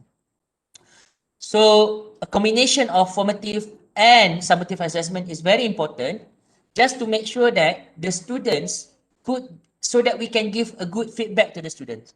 Kita tak nak tunggu sampai students dapat coursework mark baru kita nak bagi feedback. Baru only then they know that they are doing wrong. So we want to give feedback. So that's why we encourage a lot of formative assessment inside the class. So the tools that you can use, for example, like what I'm doing right now with Mentimeter, for example. If let's say you are using tools, something like using Kahoot, for example. If you are using Padlet, for example. Not all the time you have to grade that. But what you can do, whenever you ask the students to write something, share something, you can read it out, and then whether you can agree with them ataupun you can share, you can just say to them that, okay, this might need to be changed because this is not really correct. You have to fix this, for example. So the students got that particular feedback. Okay, so that is why assessment center is also important to make sure that our students learn effectively well. The final part of our lens is what we call as community-centered. Community-centered ni, it means that, okay, students and instructor as part of the learning community. Kalau dalam kelas, if let's say we have physical face-to-face class, then it's easy. Like, okay, you come into my class, we are all as one community. But when we are doing right now with online learning, okay, with online learning ni, how do we make sure that we create a community of learning? That is also a challenge for us. Because if let's say we are doing it, for example, like taking the, you have e-learning, for example, e-learning platform, okay? How do we make sure that the e-learning, for example, we subscribe to Moodle, for example, how do we make sure? For me, in my case, I do not rely much on the Moodle. I would actually just simply create a Telegram group. Telegram, because WhatsApp ni tak nak kongsi nombor, for example, kan. So you create a Telegram group. So when you have Telegram group, of course the students sometimes will just come to you and ask question, right? So I always encourage my student to ask the question inside the group, so that everybody can benefit from whatever the question that they ask. And always encourage to them to say that a question is not a stupid question. If let's say you don't know anything, you can ask. Even if let's say I do not answer to you, some of your friends will be able to answer to you. And most of the time, whenever that I create this kind of group, I will always encourage others to answer first, and then I will actually give my own feedback. Okay? To the extent that if let's say you can actually gamify the experience as well. For example, you can gamify the learning. If let's say they give questions, they got few points. If let's say they answer some kind of questions given by the students, they also got additional points, for example. And then by the end of the semester, you reward them. you give them books, you give them food panda voucher, grab food voucher, for example. So these are the things that would encourage them to participate well in the community learning. Okay, because if they started to feel anxious with you, if they started to feel that the lecturers are so garang, okay, and not entertaining them, their motivation to learn is going down. Okay, the motivation to learn memang going down. I also face, kita kadang-kadang kita selalu, again lah, bila kita selalu cakap, during my time, we always use can, rotan for example. Tapi that is not having an empathy. Okay, so you need to make sure that these are the environment that you need to create to make sure that the students are learning effectively well. Okay, so the first one is the knowledge centered. So which means that you need to make sure that the students really understand whenever that they are teaching something, you connect them with previous knowledge and the future application of the knowledge that you're going to teach them. The learner centered, where you're taking accounts of your learner's background, even to the extent when you're doing online learning, you need to take into account the students punya data, the punya connection, the punya speed of internet, for example. So these are something that need to be taken care of. The third one is actually, you do not lump a lot of assignments to them, okay? But you combine between both formative and summative assessments. And then you can gamify the experience too. And then finally is the community learning. Okay, community learning, for example, like community centered ni, which means that you create a community within your with the students, okay, so that the students can participate and interact without feeling scared, without feeling feeling anxious kalau dia buat salah. Okay, so everybody learn from the mistake. So that is actually one thing that you could do using this particular how people learn framework. Another guideline that I would like to share with you is about scaffolding. Okay, thank you, Prof. Thank you very much. Nanti kita jumpa lagi insyaAllah. Okay. InsyaAllah kalau sempat saya join balik. Bye, Prof. Thank you. Thank you, Dr. Azli. Thank you. All right. Okay. So when we do the scaffolding, okay, the third guideline is about giving scaffolding. So scaffolding is something that if let's say you expect the students be able to do something and you're not supporting them, okay, and you're not supporting them, this is where actually the students will just reach their punya individual level only at this level. But when you start to have some kind of support to make sure that they be able to reach the target, this is, you're going of, we call it zone of proximal development. So they'll be able to reach their level of a higher level, dekat situ, assisted level, we call it. So imagine that if let's say they have, this is the learning outcomes that we want them to achieve. And they are actually at this level, okay? So kalau dia nak lompat, if let's say they want to jump straight away to reach the learning outcome, there's a big gap in order for them to reach that level. But when you start to give them some kind of scaffolding, okay, they will be able to reach this level, and then they go another level, and then they go another level, then only then they'll be able to achieve the learning outcome. Some of the students, they may just need 4 to 5 steps in order for them to reach this level, the learning outcomes. Some of the students, they need 15 to 20 steps in order for them to reach that level. So we need to identify these particular students. Which particular students need more scaffolding? Which particular students need just simple scaffolding? And kita tak boleh pukul rata. We cannot just simply assume that everybody need the same scaffolding. So this is the beauty of learning, actually, teaching and learning, where we start to become personalized to them, as I mentioned earlier. When we start to make sure that the students are supported well in order for them to reach this level. How do we know that these particular students and the other students need different scaffolding? This is where actually formative assessments is very important. But when we start to engage with them in the class, okay, when we start to engage with them in the class, they will be able to whether they be able to answer, comprehend whatever the question that you give to you, that is where actually you decide whether you want to give extra scaffold or not. Okay? So ni cakap pasal reward tak habis lagi tadi ni. People are talking about reward. How do we reward the students? Okay, teaching online, I know how to reward the students. Macam-macam cara bagi apa? Voucher GrabFood, top upkan dia punya apa? Top upkan GrabPay dia pun boleh. Okay? Alright. So in order for us to give scaffolding ni, dia macam kalau ikutkan civil engineering punya term tu, okay, scaffolding ni, it's like you put it temporarily. Okay? Sebab kalau kita buat building, kita akan letak scaffolding. Scaffolding tu later on we will remove that scaffolding. Okay? Similarly with teaching and learning, you put scaffolding, and then whenever that you think that the students are stable enough at their punya assisted level tu, you remove that scaffolding, the student will maintain that. Okay? And then if let's say the students need to move to another level of scaffolding, then you provide those kind of scaffolding. Scaffolding ni it can be like macam cues, ataupun hints, ataupun some kind of additional questions to trigger them. Okay? So those are the things that give scaffolding.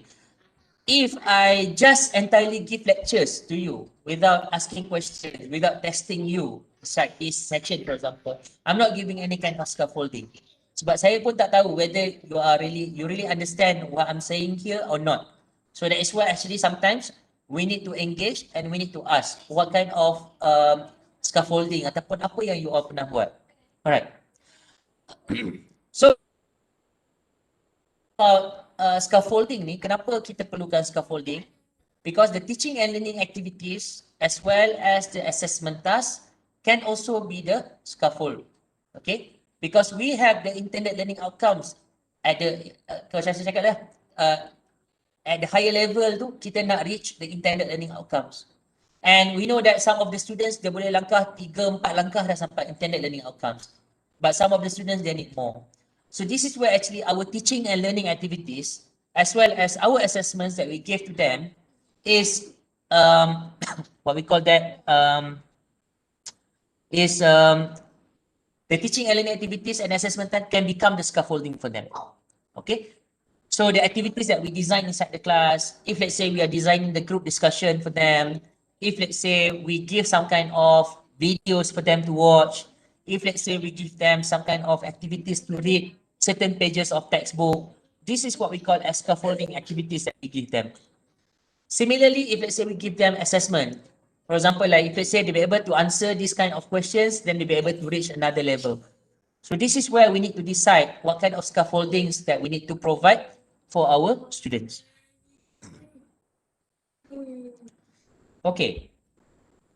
So how do we create a meaningful online learning experience for them? So what I'll be doing here, I'll be sharing with you some kind of tips that I have been using in the past, and you may emulate that, or maybe you can also share some kind of tips as well to make sure that the online learning experience is a meaningful one for them.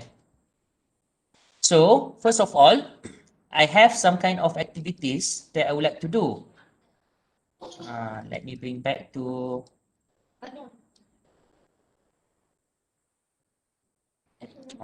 okay.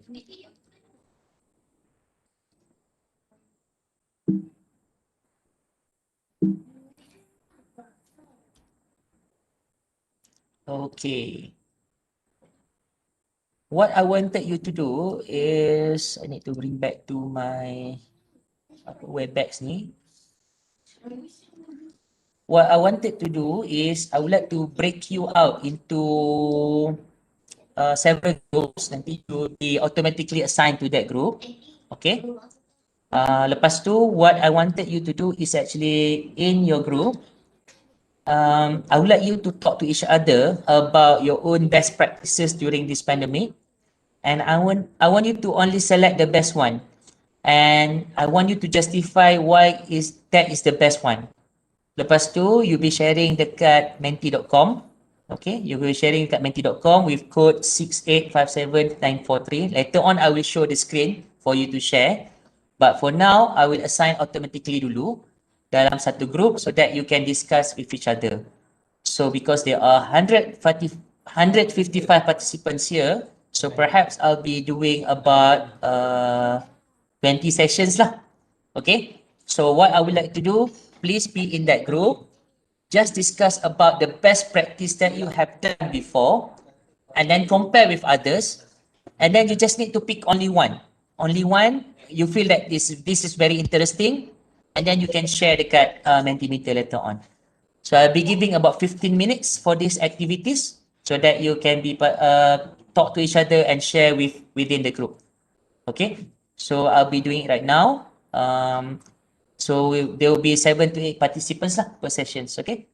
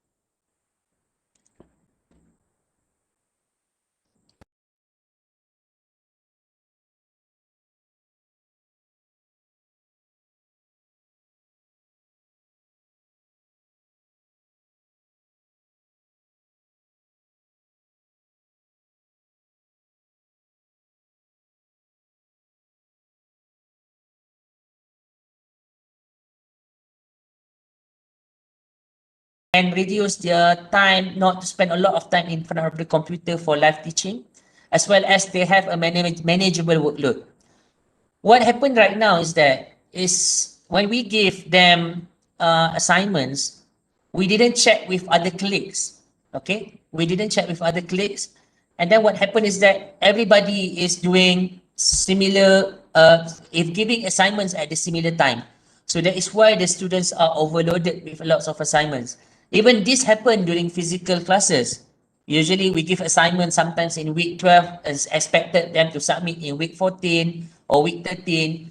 This, but then what we can do is actually we just need to split out. We just need to separate it out. Of course, it is a challenge for us to go out of our comfort zone to talk to other lecturers. But if we really empathize the students, we would take that kind of action actually. We would actually spend our time, decide on which particular subject would go for which particular week assignment or test or something like that. That is tips number 2.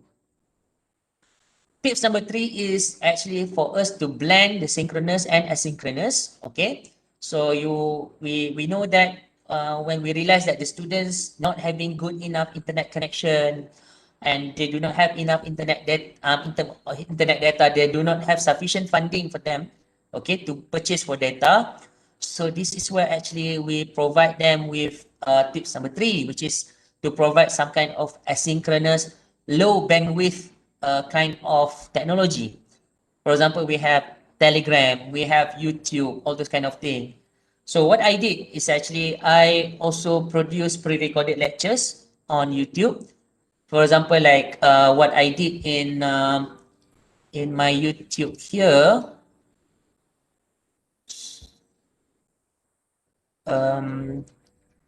Wait. So in my YouTube here, I have few videos that some of the videos here. Okay, the videos are here. That what I did is actually I use Loom. Okay, Loom, Loom. I think Prof Karim also shared this before. Loom ni is for educators. You can record up to 40 minutes. So what I did is actually I spent talking in front of the computer for the next 1 hour ataupun 40 minutes. Then what I did is actually I chunk it down. My video. Okay, so for example, like this video is actually 6 minutes 30 seconds. Then the video is 6 minutes 30 seconds. So cut it out. I trim it out so that I can upload shorter videos in my YouTube session. Okay. Yes, Dr. Anusha, centralizing at program level is something that has been done. Yes, department in UTP, chemical engineering at UTP. It has been made at the departmental level. Every semester there will be a discussion. There will be a slot where all the lecturers who teach the same cohort will sit together and then start to discuss about the assignment. Okay. Um, so this is tip number 3, which is actually we need to chunk it down. Maximum maybe 8 minutes if you cannot cut it down to 5 minutes. So that is the good time for your students to view because they can view at any time. If you remember that the students has to do the house chores and all those kind of things, then the only time for them to really study is after 11 p.m. So after 11 p.m, they need to, only then they can study. Tapi takkan kita nak buat kelas pada pukul 11, kan? 11 malam. So what they can do is actually they open up the YouTube and then we give them some kind of assessment so that they can follow through. For example, like if let's say they read certain kind of, they watch the YouTube and then there are some kind of tests, small tests just to make sure what they are doing is correct or not. This is something that you can use in tip number 3. Okay. Tips number 4, okay, provide live access for more discussions and activity based to strengthen understanding. Give more relatable examples, especially things at home. So what I usually did for my live session is not really lecture. I didn't give much lecture. What I did is actually about recapping back what they have watched in their videos. And then after they have watched the videos, and then they come back and then I give them, for example, like Mentimeter. I give them Mentimeter so that they can share, okay? So that they can share what they have learned from the videos, for example.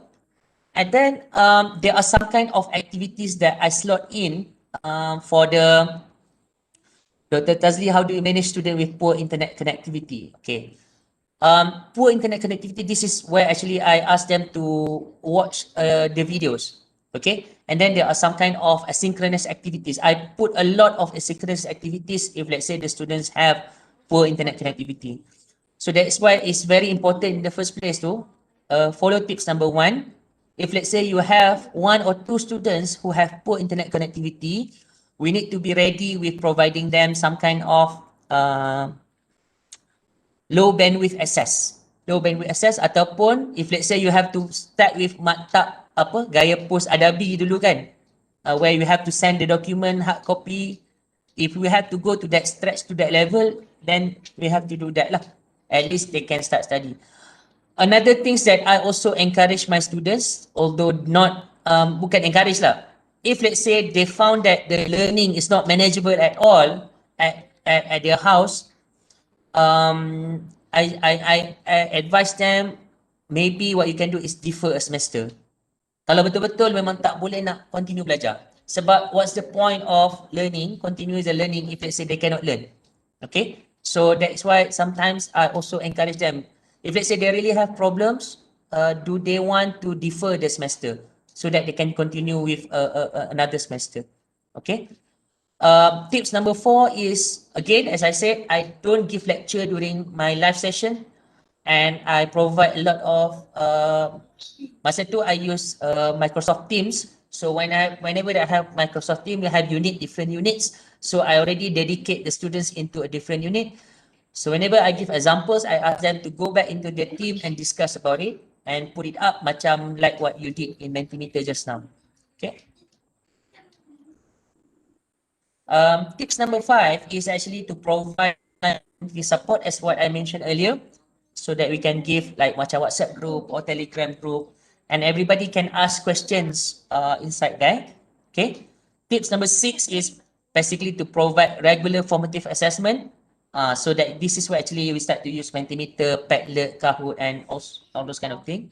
Tips number 7, do not over assign the assignment. Okay.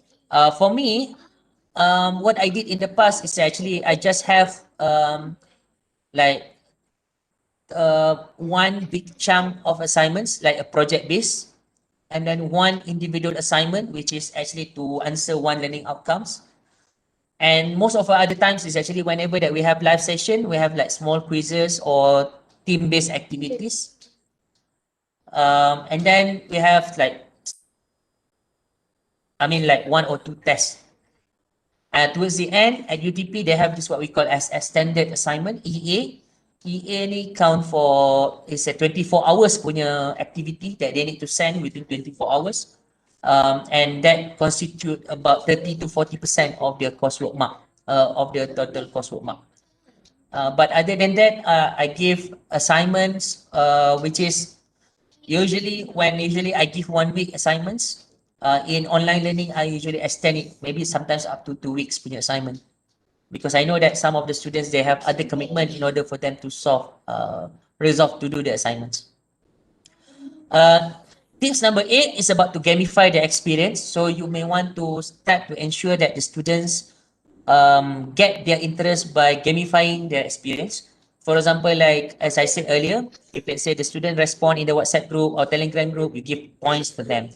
And then if let's say the students, but of course, like this is going to be difficult. For let's say you have 100 students and more, but for a small number of classes, that it encourage students to be connected, to be engaged well. If let's say, for example, they participated well, if let's say they submit the assignments earlier, then you can start to give this kind of rewards. And most importantly, if let's say the best one, if let's say you can give as a team rewards instead of individual rewards. Okay, so at the first start of the semester, you can create groups, smaller teams for them. If let's say you have 100 students, you can create 20 teams, for example, and these particular teams are actually what do you call that? They are actually competing with each other, okay, throughout one semester. So maybe you can decide one of the leader in the team to be responsible to key in the marks, so you don't have to key in the marks. Okay, maksudnya the leader tu will be actually regularly update you the points, and you can regularly update the team league, maksudnya the team leader tu. Okay, which particular team at the top, which particular team at number 2, and so on. Because it has been proven that by doing so, the students will be able to learn from each other within the team effectively well. I do not much encourage on individual gamification, because individual gamification tend to make the students a little bit selfish. But if let's say you start to put them together as a team, this is where actually the students will be able to get the best within their team, and they'll be able to compete. And of course, if you can give them some kind of more rewarding punya gift, for example, rewards, I think the student will be able to appreciate and really participate well. Okay, so that is tips number 8. Tips number 9 is for you to provide some kind of platform for feedback and reflection. This is also very important, so that the students can regularly give you feedback and the students do reflection regularly. I always that what I did is I always do weekly reflection. So the students spend their time to write a weekly reflection following certain templates. Okay, in my case I use what we call as a Gibbs reflective cycle. So I type it here. Okay, so Gibbs reflective cycle ni, if you Google it, you'll be able to find the template for the reflection. So that the students follow this particular template and write down the reflection. And I also write my own reflection. Okay, so if I may share from my, okay, if I put up my Padlet here.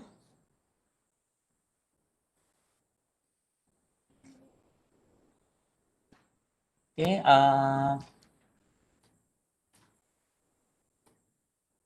okay. Um,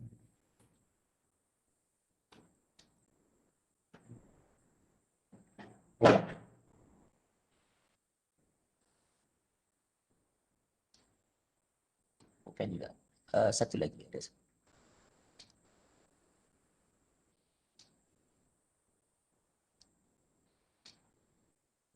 So this is example of the reflection from my students when they have shared with me about what they have learned, as well as what they have been doing and what is their feeling.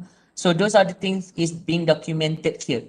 Okay, so from here I could know whether actually that the students are doing need additional help just to make sure that they learn. Okay, so some of the students here can I can see that they are having some kind of difficulties, but some of the students here have some kind of issues, for example, when throughout the learning. But most of the time, I can get some feedback from them through their reflection.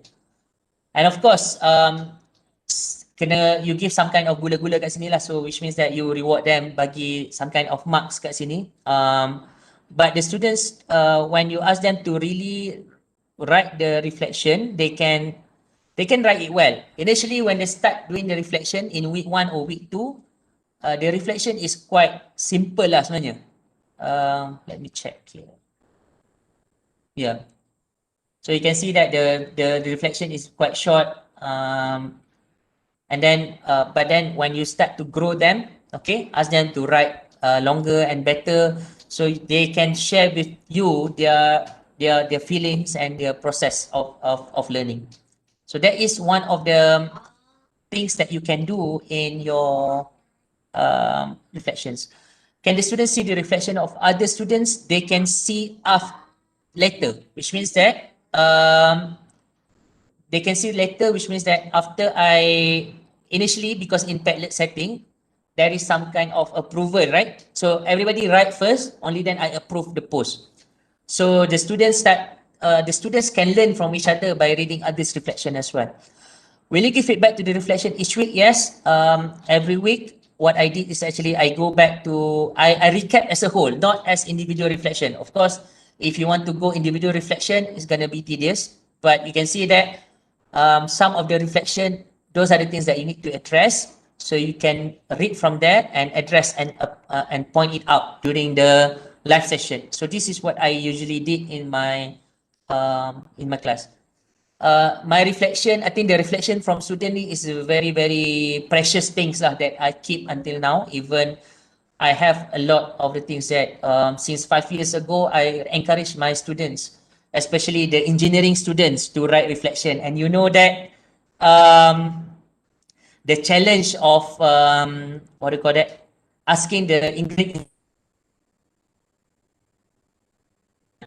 but they managed to do it. So I can see the progress of writing some thoughts and feelings in their writings. Okay. Okay. So it's 11:20 now. I have another 10 minutes before we have another break. So some of kind of experience sharing that I would like to share with you lah, in terms of what I did in the past for my lecture. In terms of the video production, as I mentioned to you, it's like I always spend like between 5 to, I think it's a video of 5 to 8 minutes videos. Sometimes there are also videos which I cannot see that, okay, this is, I cannot cut it out. Maybe it can go up to 30 minutes, 40 minutes, but that's not too many. Generally, I will put between 3 to 8 minutes videos so that the students can watch, can read, and then as well as I provide them with the slides. So they'll be able to make some notes while actually watching the videos. And the students can see that it's quite helpful for them. Okay. Students' engagement is something that is very important that I always make sure that I did in my class. So there is no long lecture. It's just that the lecture which actually put the students at the center, where the students be able to reflect back what they have learned. The student be able to share with me what they have come across, what are the challenges, what are the problems. That's one thing that I always do in my class, is that whenever that they have watched the videos, okay, and I provide slides to them also in advance. When they come into my class, I have what we call as class activities. So class activities is that I ask them to be in a team, okay? 3 to 4 of them in a team. And then I ask them, okay, let's look now from slide number 1 until slide number 5. What are the confusion that you have in this slide? So those are the things that I always did as a recap. What are the confusions that you have in to be in their breakout session? So they are discussing about the slide number 1 until slide number 5. They have to look it back. And after that, they will put one comment inside there. So these are my confusion, something like that here and there. Okay, please look at the slide number 6 to number 8, for example. Okay, come up with one question. Okay, list down three questions that you want to ask me. And then what they did is actually everybody individually, they will write 3 questions that they want to ask me.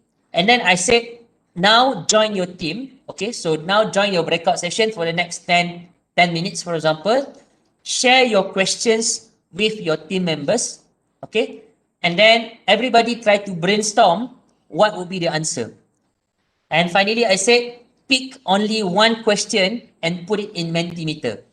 So from that, when the student discuss, they will find only one question that which they feel that, okay, this is the difficult one that we cannot answer. They put in the Mentimeter. So that question I will answer. So what happened is that there is a process of learning occurring starting from the individual, and then it goes to the team as well as it comes together as a whole class. Okay, and the students cannot run away from that learning process because they need to get involved. In the first place, I already asked them to submit a question, 3 questions, and then share that questions with others, and then after that, come to me. Also, sometimes when I give the videos to the students, I ask them to create a mind map. Okay, create a mind map from the videos that they watch and from the slides.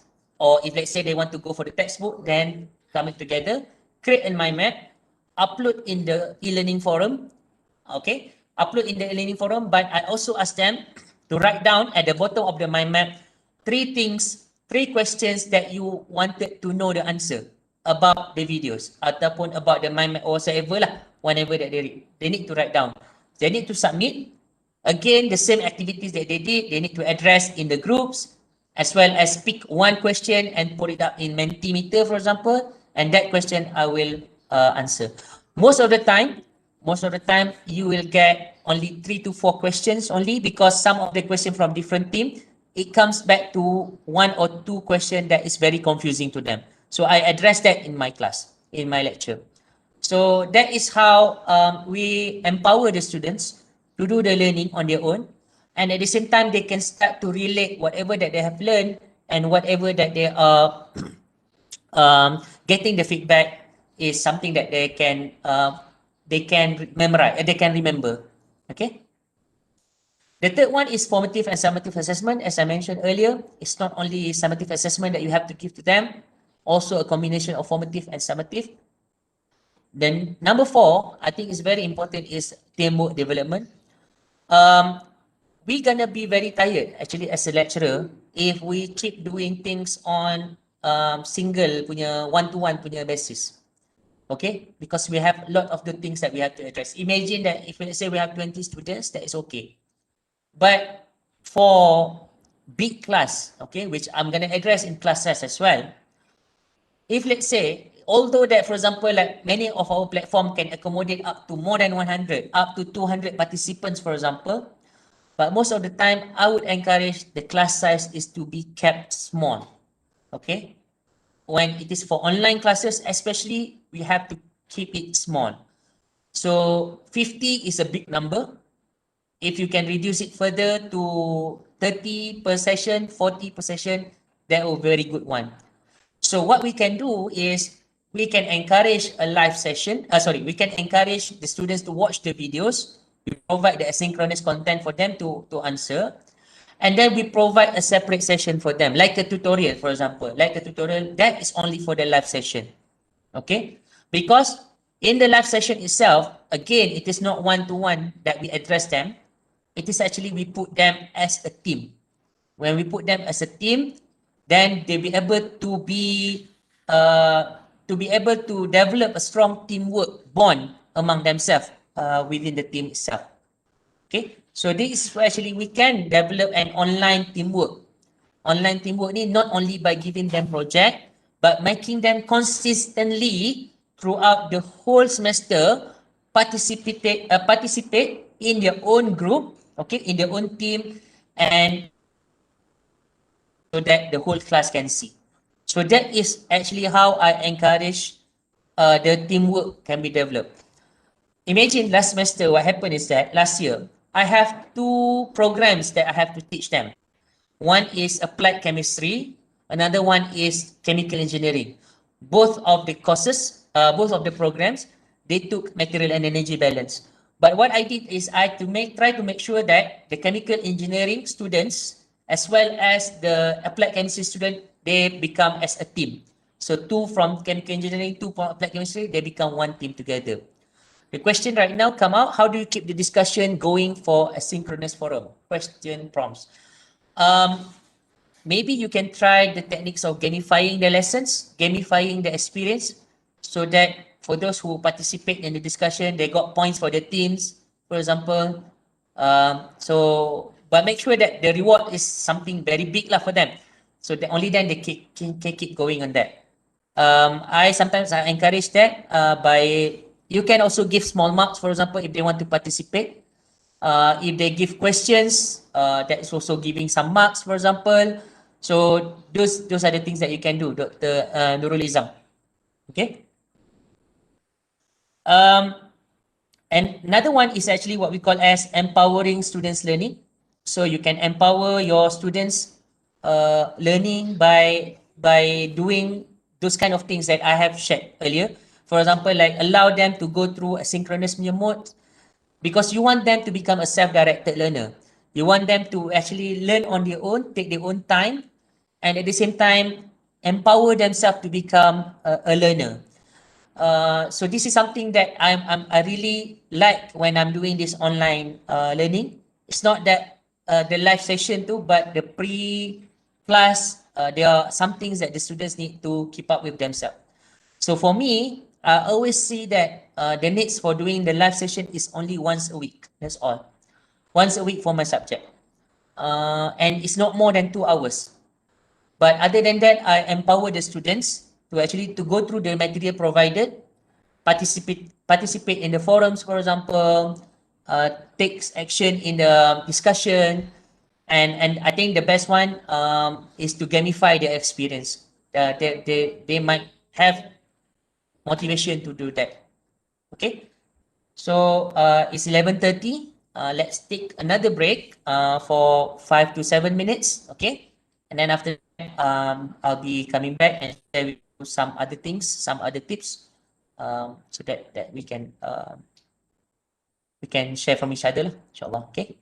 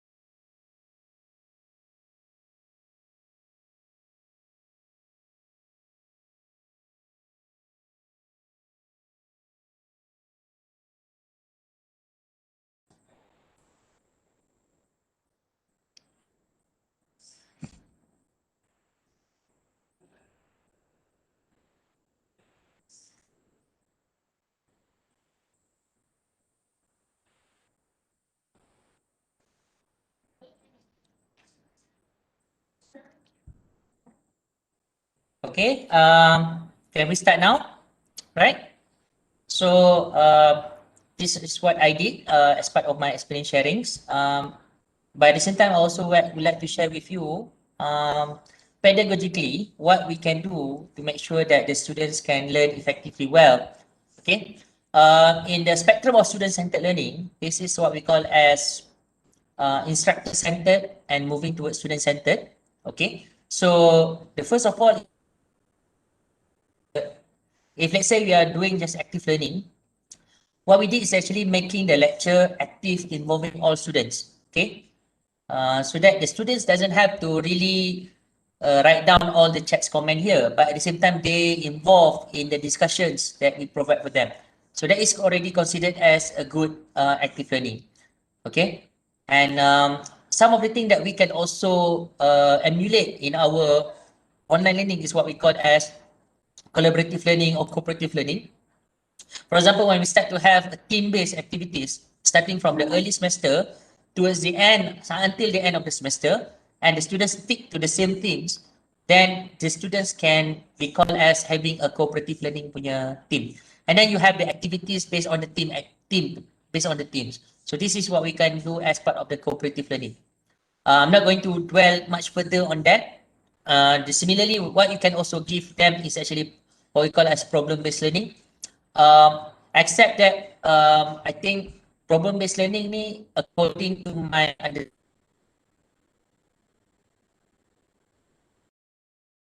experience in the past, if let's say I have not conducted any problem-based learning on physical basis, it's going to be a big challenge if I wanted to do it online. Okay. So if you just want to try right now, you haven't done any PBL before, but you want to do PBL straight away, I would advise not to do so yet, because it's not only making the students traumatized, it's also making you traumatized. So not yet the PBL. But if let's say all this while you have done the lectures as well as with the tools and keep continue doing active learning, and you may want to start also doing a lot of collaborative learning kind of activities. Okay. But later when you even attended some kind of training, for example, for cooperative learning, then you may want to do cooperative learning. Even you can do it online. Okay. So what we can do is actually while doing what we call as informal cooperative learning, or we call it as active learning, as what I shared earlier, okay? For example, like I ask the students to watch the videos, and then after they watch the videos, they need to come up with certain kind of task. They need to do some kind of task. For example, like they need to come up with questions, 3 questions. I ask them to give 3 questions, or I ask them to share to develop a mind map, for example. And after that, what I did is before they submit directly to me, of course, they need to submit as an evidence. But before I discuss with them about the mind map or the questions that they have with me, they need to have interaction with peers in the breakout session. So this is what I usually did, interaction with assigned peers in breakout sessions. And after that, only then I do the overall class interaction with the instructor. Okay, so when we're doing that, it's actually that we can increase their punya retain, because usually even in an online learning, I think this will go down further quicker lah. For example, this is for percentage of focus. The students will focus. The student will focus on the let's say 70% of the students or participant will focus to the learning, to the webinar, and then after that, in maybe in 20 minutes, it's starting to go down straight away. If this is happen in online learning lah. But in physical class, maybe usually it will take a little bit more time until it reach 20% of what we call that as retention. So how do we do that to make sure that the students are actively participating? This is where actually we start to give exercise. We give exercise or breaks in between. Okay, so that the focus can what do you call that, goes up and down within the same retain punya percentage lah. Otherwise, if let's say we just keep giving individual lecture all the while, it will just go down.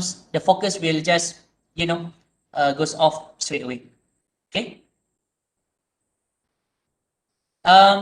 what happened? Why do we actually do this kind of active learning, even online active learning?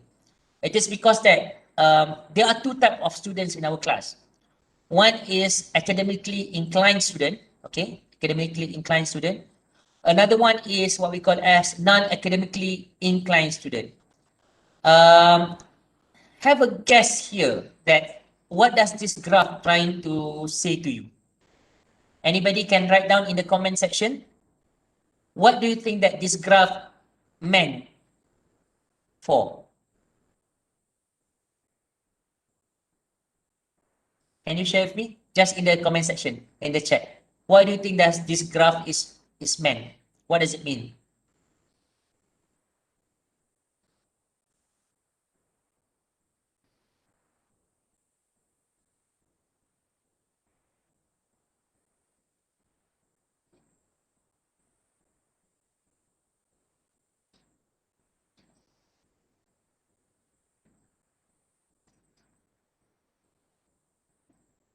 Active learning can shorten the gap. Okay, so you got the ideas, right? Okay, so I think some of you have seen this in, if let's say you have Prof. Karia sharing with you, teaching on the active learning, so you'll be able to see this particular graph. Okay, so if let's say we have this graph, which is on high cognitive processing and low cognitive processing.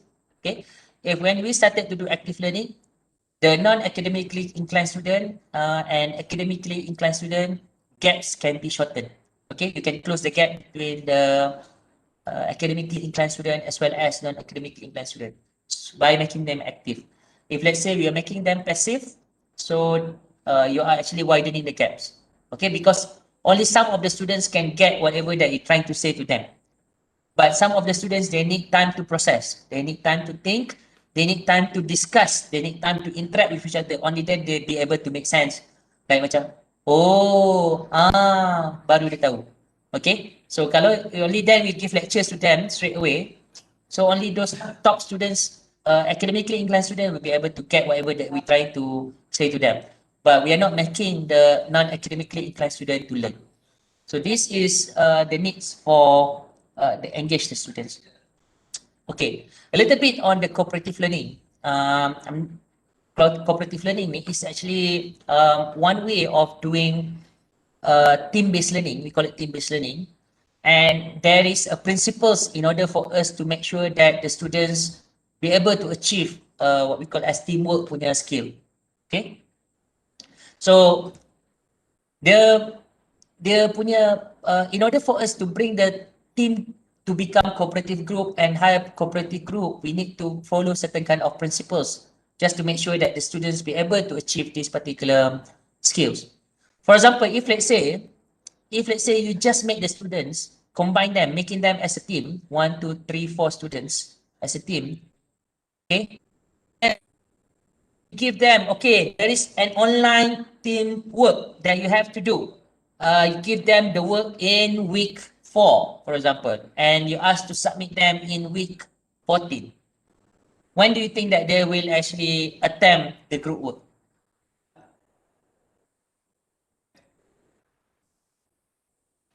Any guess?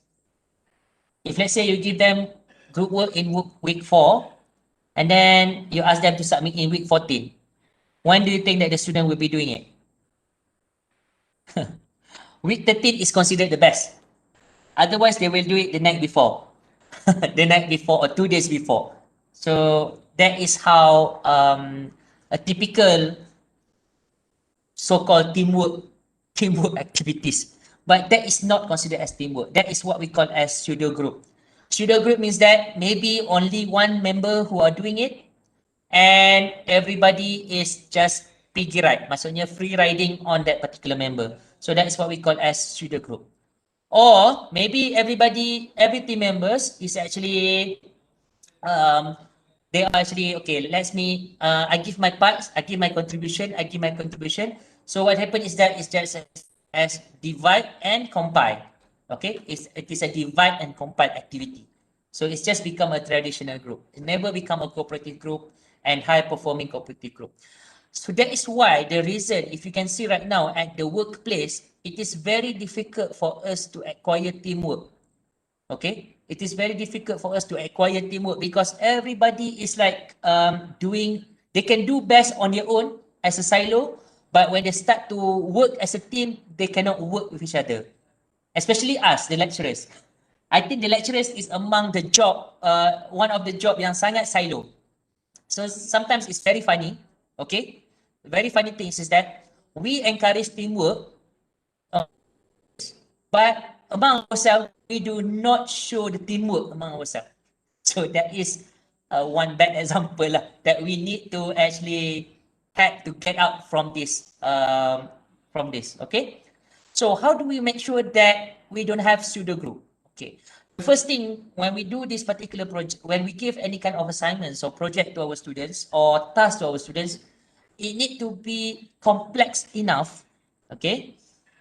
It needs to be complex enough such that it cannot be solved by only one person. If let's say you are giving an essay, for example, bagi essay dekat tajuk essay, buat as a group. Of course, only one or two students can solve it, the remaining will just free write. But if let's say you start to give them some kind of challenge, for example, what I did in the past, what I usually did, this is what we usually did back in UTP lah. The practice is that we always have this what we call as integrated project. So integrated project ni means that it is mean that, for example, like if let's say the students are taking for that semester they are taking subject macam material energy balance, fluid mechanics, HSC for example, we try our best to combine these 2 or 3 subjects together and we make it as one integrated project. So if you start to see the integrated project, you start to be reminded that, okay, this is not easy. This is not something yang one single person can do that. Everybody must have accountability. So this is where actually it fulfills the principle here, individual accountability. Everybody must have an accountability. As well as everybody must have interdependence to each other. Which means that if we fall, macam Titanic tu, we fall down together, we rise up together. So that is what we call as positive interdependence. But if let's say we have, and at the same time, when we have this kind of project, for example, like last semester, what I did is I have project between my subject, material energy balance, as well as fluid mechanics. And because of the online learning, okay, even actually it's quite difficult to assess the simulation punya ni because of VPN and some of the students cannot do the simulation whatsoever. So we actually decided to give the student task to develop a learning website. Learning website means the students need to develop some kind of modules. Okay, they need to develop certain kind of modules. I give topics on the modules that they need to develop. So they need to do their own recording ataupun their own content curation or creation, and they need to put some kind of assessment. It looks like a MOOCs lah sebenarnya, massive open online courses tu. Have the videos as well as they have the assessment, they have the examples of calculation, and then they have assignment towards the end. And they have to upload and they have to create their own website for that. Because I give the problem for them is that they need to do this because now because of the pandemic right now, people want to get access to free learning and then and this is where actually you develop a website to help other students to actually get through that. Okay, to be able to learn new things from their website. So this is for first year students, so they'll be able to develop their own website for that. Let me check if I'll be able to get something that I could share in terms of the output.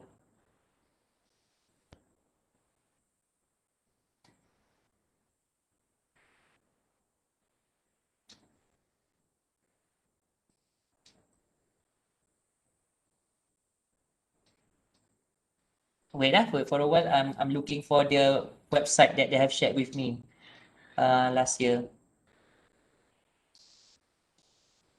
I will be sharing with you.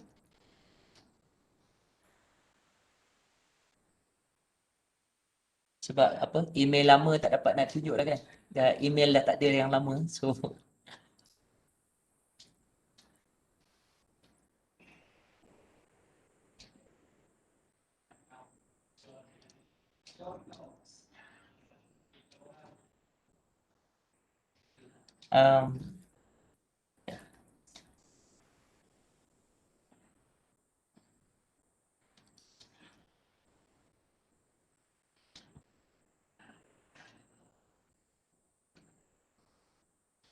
Let me check.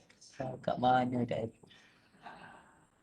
Oh, I think I put in my LinkedIn. Ada link.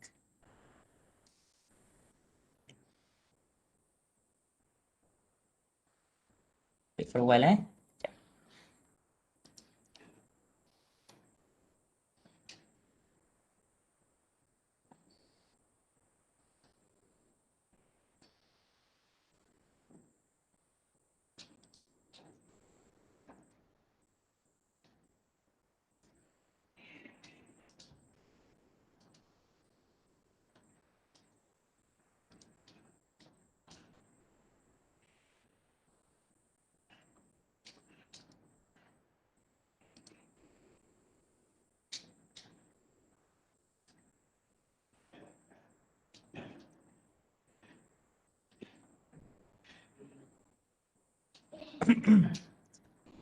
Tak jumpa-jumpa ada.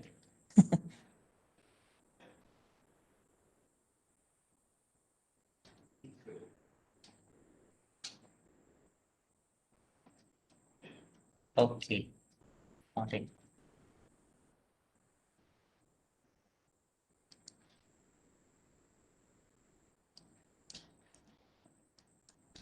Okay, this is one of their output, one of the group, nama dia Amigos. So what they did is actually they developed a website here on two subjects, which is on the principle of chemical engineering and fluid mechanics. So they are sharing videos that they have. Even actually when they have these particular videos, and then lepas tu let's say I click on the videos. They also have instruction example how to solve the problems, okay, and then develop their own videos here, and then lepas tu they put some kind of activities to try. So I have few topics for them, so they need to assign the topics among themselves, and after that they also have for fluid mechanics here, which is another subject, okay, and then so as themselves. Some of them are chemical engineering students. Some of them are applied chemistry students here. So there were only, I think, 4 of them. Yeah, there are only 4 of them. They are developing this. So it's kind of online team project that they need to collaborate regularly. So what I did as well is actually checking their progress from time to time. So I asked them to report to me. I asked them whenever that they have a recorded meeting, please do the meetings in Microsoft Teams, recorded it so that the recorded material I can access and see who's doing what kind of work and so on.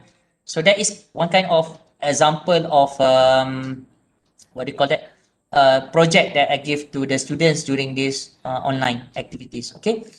The important part is actually when we give any kind of project to the students, always ask them to have a face-to-face interaction. Even though you cannot have the face-to-face meeting, you can have it virtually. So regularly ask them to meet each other and discuss the progress. They can also have WhatsApp group whatsoever. That is also another medium so that they can interact. Appropriate interpersonal skills. This is where actually they develop the skills. One of the skills that they develop is how negotiating skills. They be able to presentation skills. They be able to share with us in terms of like their writing skills. So this is appropriate interpersonal skills that they are developing. And finally, what we call as a regular group function assessment, which means that the students need to regularly peer rate their friends. It's not only one-off towards the end. What happened, I know that many of the project in the past, what we give is actually one-off peer rating. When they submitted, then they do the peer rating. Usually the peer rating tu everybody dah macam dah best dah kerja dah submit. So they will just feel happy. So everybody give rating 1 to their friend. Walhal sebenarnya some of their friends tu tak participate pun. Okay, so this is where actually we need to do it regularly. For example, like if let's say you give a 1 semester project, you may want to consider giving them 3 times of peer rating.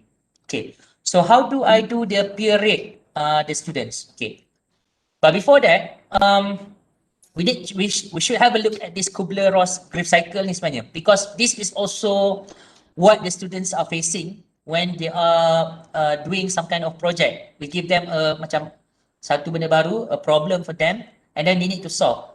First of all, they will become denial. Dia macam tak percaya that they get this particular project, which is for them is a bit complex, sometimes complex, and they feel that it's quite difficult for them to solve it. They will come to the stage that they will become angry because they become frustrated because of macam team members tak cooperate ke, and to the extent they can also become memang rock bottom lah, dekat sini rock bottom. They become overwhelmed because suddenly there are so many work ataupun assignments given to them, and then the students will start to get bargaining among themselves, struggling to find meaning and get to cooperate, and only then finally they will become accepting so that they'll be able to give the best out of the teams. Okay, so this is a normal emotional cycle for the students, and the most important part whenever that we give a project to the students, that we aware of at which particular stage our students are, because some of the students, they can actually develop quickly, they can go up quickly from the cycle towards acceptance, but some of the students, they may find difficulties, so that's why dia letak dekat apa Twitter lah, dia maki lecturer lah contohnya, for example, something like that. So this is something yang we need to be aware of, and kita jangan ambil terlalu, what do you call that, ambil hati, because these particular students, we really need to give them some kind of lessons lah, so that they'll be able to learn how to cope with the challenge that they are given to them. Okay. What do you think about the allocation of students into the group? The lecturer assign them or the student choose the group member? What I always did in the past is I assign the team members. I don't allow the team members to choose their team members. So what I did, there are specific criteria to do that, which also considering that it has to be heterogeneous. For example, like if let's say it is a 4 students in a team, I always make sure that there's a balance of gender. I don't put one lady in 3-man group, 3-man, one man, one man, no problem. Tapi kalau I put one ladies, I think the ladies will be asked to become secretary and so on. So it's also research have said so. So kita tak boleh nak develop teams yang macam, I mean putting only one lady in 3-man's team. I also consider their CGPA. So for example, I don't put the student with too high CGPA with too low CGPA. Nanti dia akan rasa inferior. That is also one thing. Dia akan rasa inferior, and then at the same time the high CGPA student ni dia akan rasa macam they will feel that they are tasked to teach these particular students which they don't like, and they kata akan waste their own time. So what I always do, for example, if let's say I put 3.9 students, the lowest CGPA student I will put in that group is 3. Okay, so that they can still interact with each other. And if I put students with like 3.4 and then 2.5, 2.6, I know that this particular group I need to put extra attention, so I can give more scaffolding to this particular group compared to another group. Okay. Also that within a teams, I also consider their personality. So sometimes I ask the students to do their personality. Dominant people in the group, because you know when we have too many dominant people in the group will go chaos.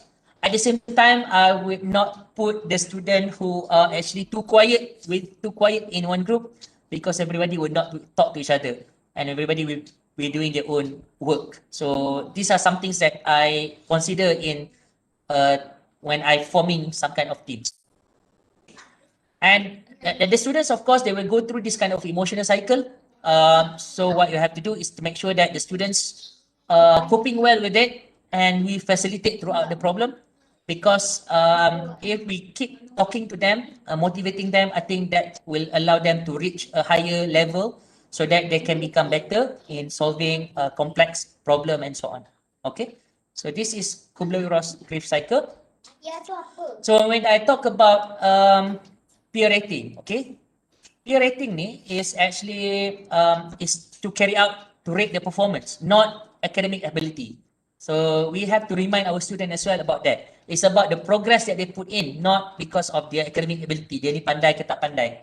Okay. And then you need to be able to conduct several times in one semester to get a balanced contribution from the team members. Okay. Nakal sana. Okay, need to be conducted several times in one semester so that to get a balanced contribution from the team members. That's one. Auto-rating method such as from Kaufman and Felder, which is year 2000. If you Google these papers, you can find Kaufman and Felder has developed a method of doing auto-rating, which I'm using it until right now.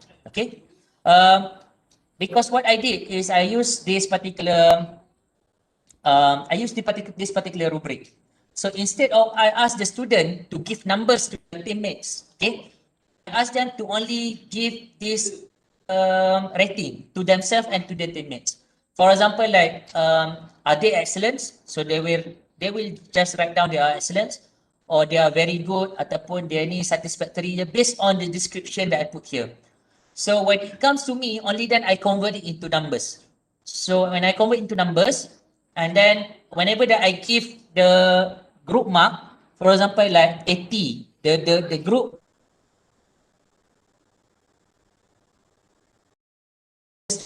have a coefficient that I give.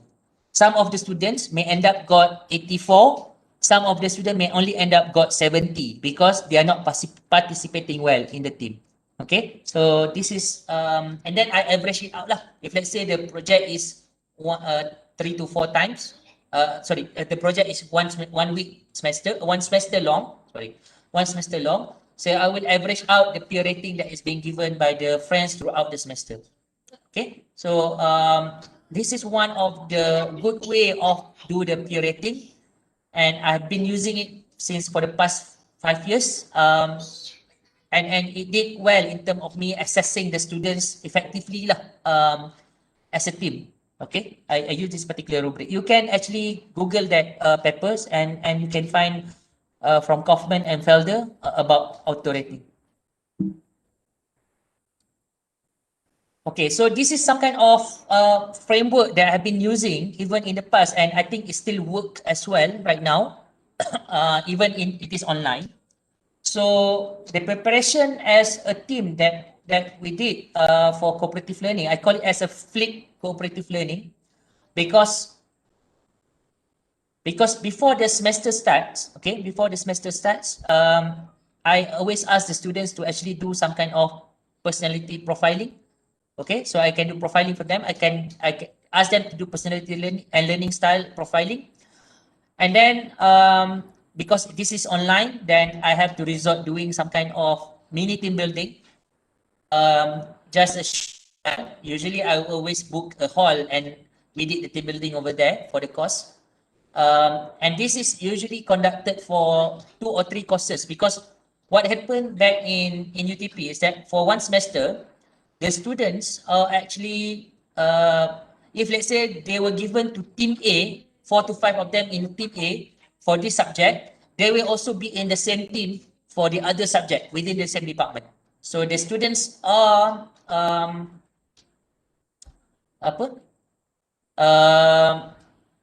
the students are actually be able to have a cohesive punya teamwork when they actually doing the same project. Imagine kalau macam ni. Imagine if let's say the students in your course is in one team, and then the other courses, they are also in the different team with different people.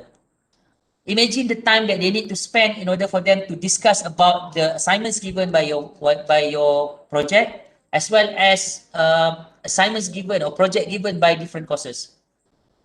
They have to spend a lot of time and interacting to many people and having conflict a lot of many people kat situ. Okay, so try to reduce that. If let's say be able to talk to each other within one cohort, talk together and give them a project together, that will be the best. Okay, for example, like macam integrated project, that is the best thing that could possibly do, so that the students be able to see the connection juga. The students be able to see the connection between one course to another course. Okay.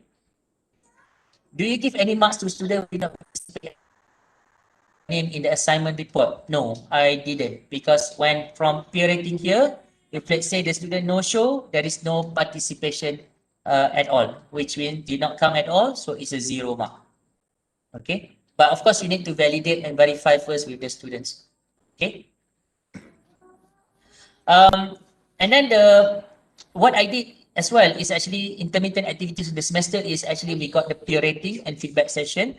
So the students here, when they did the pre-class, they have videos to watch on their own. So pre-class is mostly an individual learning experience, watching videos and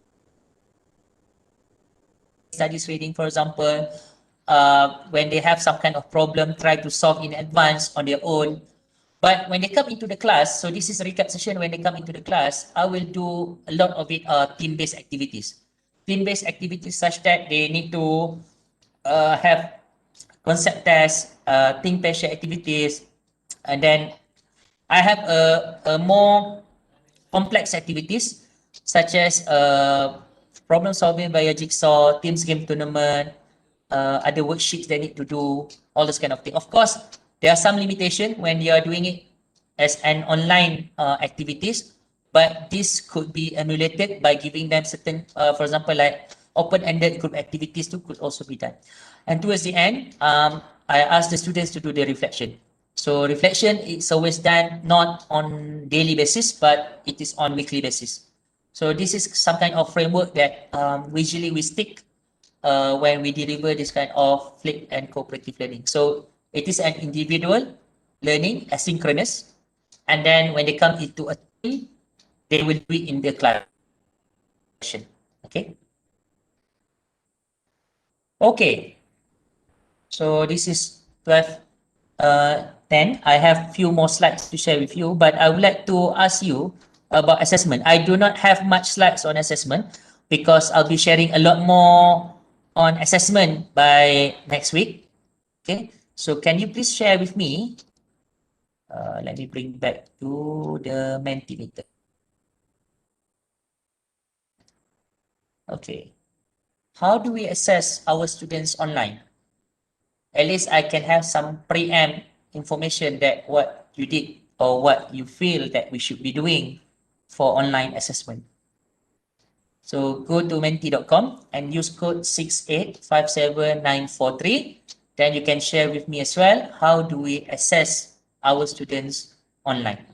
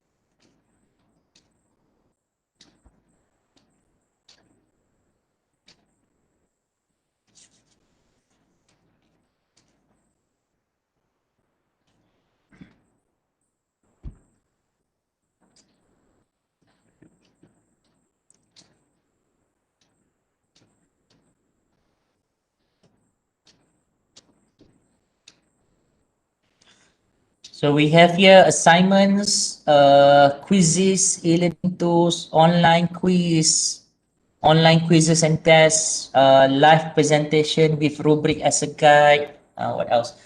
Group work activities, class assignment, online quiz, short reflections on Padlet, collaborative work using Google Classroom, okay? Video presentation, test, mini project, online quiz or assignments, video presentation, quiz or test in e-learning activity, quizzes using various platforms during face-to-face live session, assign each student questions to answer, okay? Pop quiz, based on the interactive responses during the synchronous classes, quiz live presentation, give exercise or assignment through e-learning, WhatsApp quiz, via online rubric for specific tasks, online presentation or group work using times or using times or mood whereby students submit work online and assess with marks or grade in there. Multiple choice questions, verbal presentation and presented video, use of Mentimeter, Socrative model, banyak tools ni. And assignments, test, group discussion through their participation in answering the questions, online quiz using Google Form or survey. Okay. Wonderful. Thank you for the feedback. Right. So let's have a look at my slides. One thing that we need to consider when we are doing this online learning is actually we need to do what we call as alternative assessment, or we call it as authentic assessment. Okay.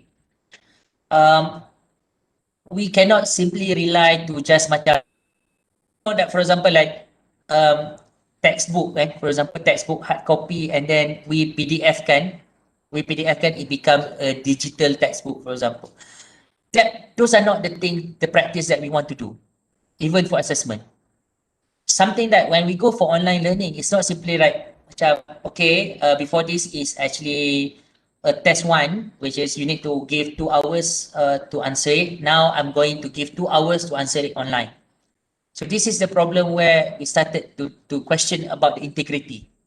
Okay, because the students have a tendency to discuss, have a tendency to talk to each other, have a tendency to copy from the books, because we give them some kind of still close-ended assessment.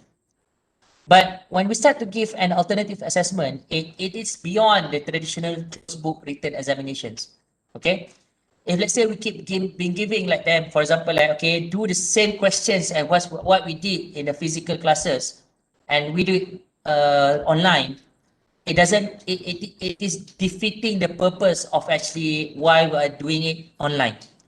Because online assessment, okay, or we call it online assessment, it should go more towards open-ended. So when it is an open-ended, only then it can be easily be aligned to the outcomes. Okay, if let's say we have specified this as learning outcome level 6, level 5, for example, we'll be able to align those easily to our own outcomes. And then we can measure what the students can do and what the students cannot do. So if we simply give them a traditional style of test, that is not something that you want to do. If let's say right now the students are discussing with each other, okay, while doing the assessment, why not allowing them to discuss with each other? Why not making them an assignment where they have to discuss with each other? I mean, that is possible, right? I mean, looking at, for example, like my profession as an engineer, that's why I said this is a blessing in disguise during this particular session, because if let's say the students become an engineer in the future, they are not going to close the book when they when they have any problem, right? They have to open a lot of books and then they have to discuss with their teammates in order for them to solve the problem. They are not be able to do it on their own. So what we can do is actually to emulate similarly. So what we can actually ask the students to do group tests, for example. We can make them do group assignment, for example. We can make them, but at the same time, of course, peer rating is important. So what I did in the past as well, I give them something like group quiz. A group quiz, an open-ended group quiz. 3 hours they need to do it. And they need to discuss. And of course, I don't give a lot of marks there, but it's just a matter for them to feel that how does an open-ended would look like. So later on, when they attempt open-ended question on their own individually, they can have that kind of taste before by actually having some kind of discussion earlier with the 10 members. So I give some kind of challenge like that for the students. And they really appreciate that, because the students feel that there is a scaffolding take place before they be able to go towards their final assessment. Because as I mentioned earlier, in UTP, they give a standard assignment 24 hours. Of course, we know that the students will be discussing, but the students are given different parameters. the students are given different kind of challenges, because even in the question itself, we try to make different kind of challenges. So the student with different ID, for example, we have to do different kind of parameter set. Even so these are the things that the students are making ready for. So throughout the semesters, students have been challenged with all this kind of open-ended assessments. Okay, I will talk a lot more of assessments next week, and even strategies of preparing high order skills assessment, inshallah. Okay. And I think this is also being shared earlier about the low bandwidth online formative assessment tools. There are so many quizzes, Quizlet, Edpuzzle, Mentimeter, and so on. And for me, I just only stick so far. I only just use Padlet, Mentimeter, Telegram, and Socrative. I do not use everything. Even right now, I forgot my Kahoot password. So of course, so for me, my advice is that don't be too overwhelmed with so many tools out there. Pick the best that suit you, and then you can use that in order for you to, what do you call that? So you can use that effectively lah, all the time. If let's say you have to subscribe, pay on your own, maybe 1 or 2 licensed software which is suitable to you is already enough. For me, I really paid for Mentimeter because I think that's the best so far. Okay. All right. So the last outline here is about becoming an empathetic educator. All right. Let's have a look at this particular scenario. And I would like to know what would be your response to this. Okay. Scenario 1, this is a reflection snapshots from one of the student. They kata for week 8, we don't have any classes, but Dr. did provide the videos to cover the single phase system. The videos provided were clear and easy to understand, but it's hard to fully understand because we don't have any communication. Tu kadang-kadang funny dengan apa yang student cakap kan. Dia kata easy to understand tapi it's hard to fully understand. Lepas tu sebenarnya kita tanya balik, dia ni faham ke tak faham? It's hard for us to ask any confusion that we have. Okay. So if let's say you have this kind of reflection from the students, what would you do? So let's have a look at saya letak balik dekat sini.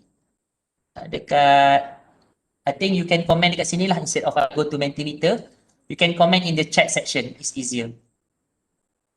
Okay, Nurul Izam suggests that we create a forum on e-learning for students to ask questions about the video. Okay, that's good. Any more ideas? What should we do when we come across this kind of reflection? Just share dekat chat lah. Sebab saya nak bawa ke ni nanti terlupa pula apa senario dia.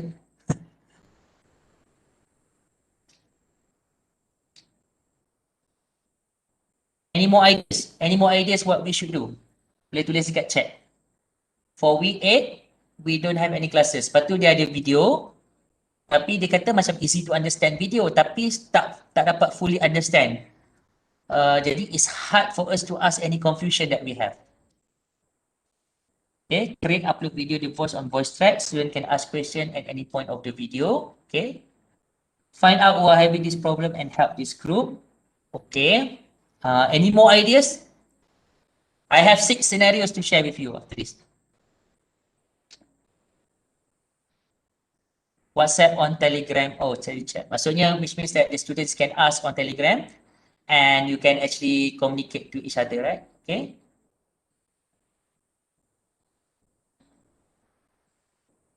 Ask the student in WhatsApp group which part need clarification. Inform student to email or WhatsApp you when they have questions, submit within 2 days. Okay. Alright. Quizzes with answer or explanation. Okay. Cuma yang saya padam dekat sini, dia kata thankfully today doktor buat apa. So today what I did is actually what I did afterwards is actually I made the students, okay, I made the students live session tu. I have a live session with them. So this is where actually I do the teamwork tadi ni, where I put the slides, I ask them to recap balik the video, okay, recap back the video as well as clear up dia punya confusion. right? So this is something that we could do lah. And thank you very much for other suggestion. I think this is something that we can, perhaps they need, this would comment. Another comment I can get here is that perhaps they need some assurance, add puzzle, give quiz when they view the video, okay? Can create WhatsApp group and have voice communication. So this is something that Dr. Azida said, put the video in Padlet and ask them to describe what they understand from the video. Okay, so there's a many suggestions that we could do. Thank you very much. Okay, let's move to the next scenario. Okay, evaluation analysis. The students use GIFs reflective cycle to put their reflection. They kata, to be honest, I find myself getting distracted by during online session as my parents keep calling me to do chores at home. But I told them that I have class. I concerned that I might not catching up to the lesson as I kept getting called up and I nearly lost my patience. I hope sir is understand that not every family knows how PJJ work. Bukan perkahwinan jarak jauh, pengajian jarak jauh. Okay. So what would be your suggestion? What should we do when we get this kind of reflection from these students?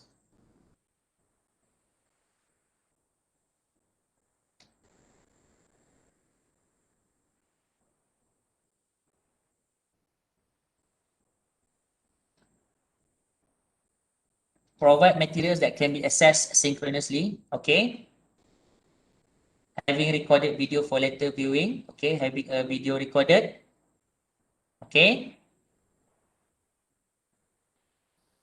Provide recorded video. What else? Keep checking the student progress, okay? Find another venue for learning, asynchronous learning, okay?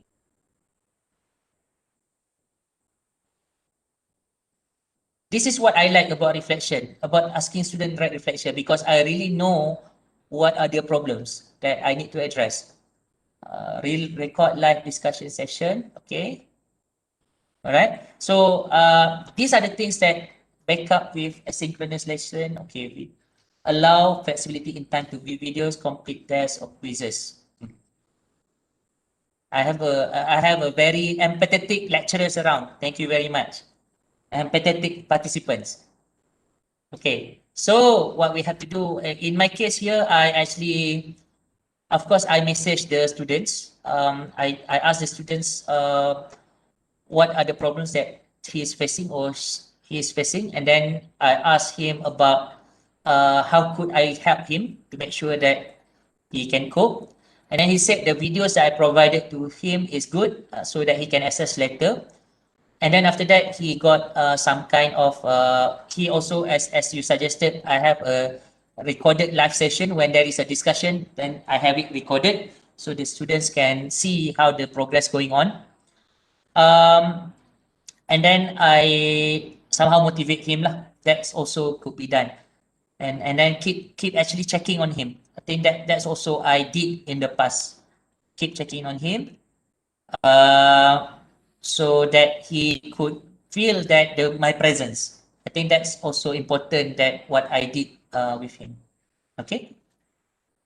All right. So let's have a look at scenario number 3. I asked him, how's your sister? I read that she got accident because he mentioned in his reflection, sister dia accident. So dia kata, hi sir, sorry I left early for the class because no one picked my little sister from school just now. My oldest sis, okay sir, her car get damaged at the door. Me and my mom have to pick her lah to work that morning. I'm not sure lah what I did learn for past 2 weeks since I was distracted, but a lot of unwanted stuff happened. Sorry sir. So this is something like you need to deal with his emotions sebenarnya. And I think he feel distracted a lot. Bagi material macam mana pun tak boleh nak coping, but what you can do best for him?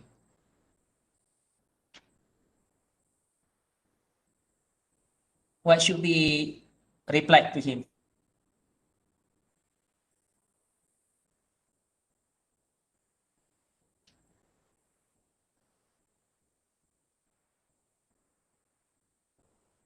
Any suggestion?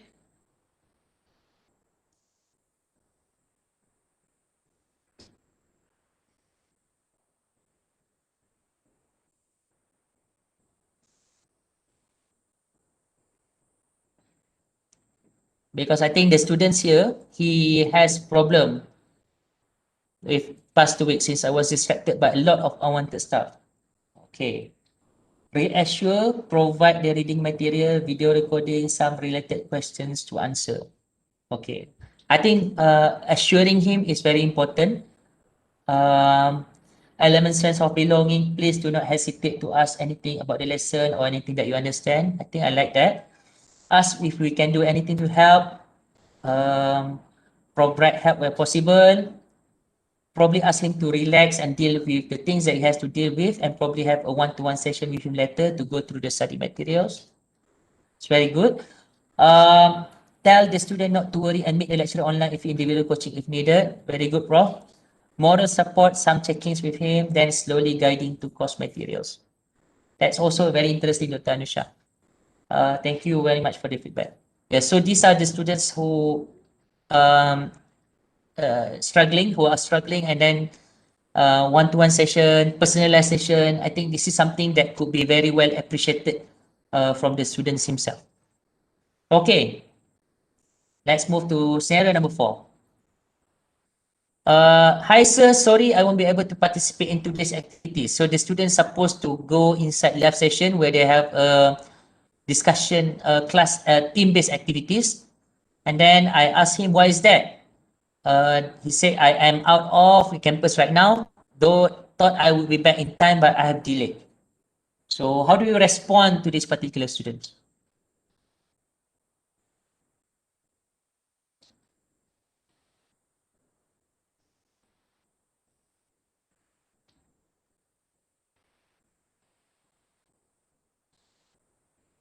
I'm really thankful so far from your feedback. I think it's very important that other participants who are also here could also read from the suggestion, from your suggestion, from your comments here, and they are also learning. So we are also learning together. Please catch up later with your friends and materials provided. Okay. Any other? Ask the reason of the delay. Okay. Ask what is going on. If anything that you can help, that is also good response. The students, so that the student feel belonging. Yeah. So students feel. Highlight the importance of today's activities, record the session and post it online e-learn so that he can catch up later, giving him benefit of the doubt. Okay. Need to know if the reason for delay is acceptable. Okay. We have a case where the parents could not work due to MCO, and the student need to work part-time to find some means to live. He's still essential but skip some of the coursework submission. So what can be done on the lecturer side? We need to show empathy and compassionate. Mana yang boleh bantu, kita bantu. You need to be aware of the student's situation and conditions. We can tell her to catch up later, but also remind the importance of giving priority. Okay. Very good, Prof. Thank you. Make the student know how much he has missed to avoid future scenario. Allow the student to participate in the activity at flexible time. There will be some bad apples. Sometimes must give tough love. Okay. Baca dan fahami slide daripada e-learn. Alright. What I did is actually I emphasizing to him that today's activity is going to be tested. Ada some kind of marks given there. And then I asked him to mention to the team members why you are late, and you have to inform them. Please inform them that you are late. And I hope you could join even in the middle so that you can participate. So what the students did, I think he managed to come in time. Dia dapat masuk, I think after half an hour session tu, and then he participate in that session lah. But thank you very much for the feedback. If we have more than 50% of our lecturers who are like all of these lecturers, we have a very wonderful life. Okay. Scenario 5. Good morning, sir. Sir, sorry to say this. I couldn't attend quiz and our class today as my mom is tenat and will bring back to hometown by today from HKL. Later.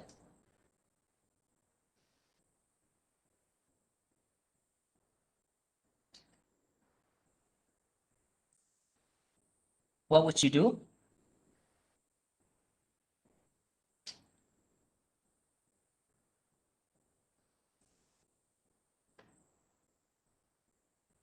Yes, I also would do that for the students, because So we give him replacement. Yep. Okay. It's a her. Yeah, sorry to hear about his mom offer assistant. Yes. So, but what I did after that, I asked her, actually, may I know what is actually happening? Mak sakit apa, for example, and then only then I said, okay, you can make the ni lah, so that we know about the situation about the students. For me, in this case, I don't ask for proof because I know that no one would make a joke about my mom is tenat and is nazak, for example, something like that. So I don't ask for proof because I know that this ask is genuine one.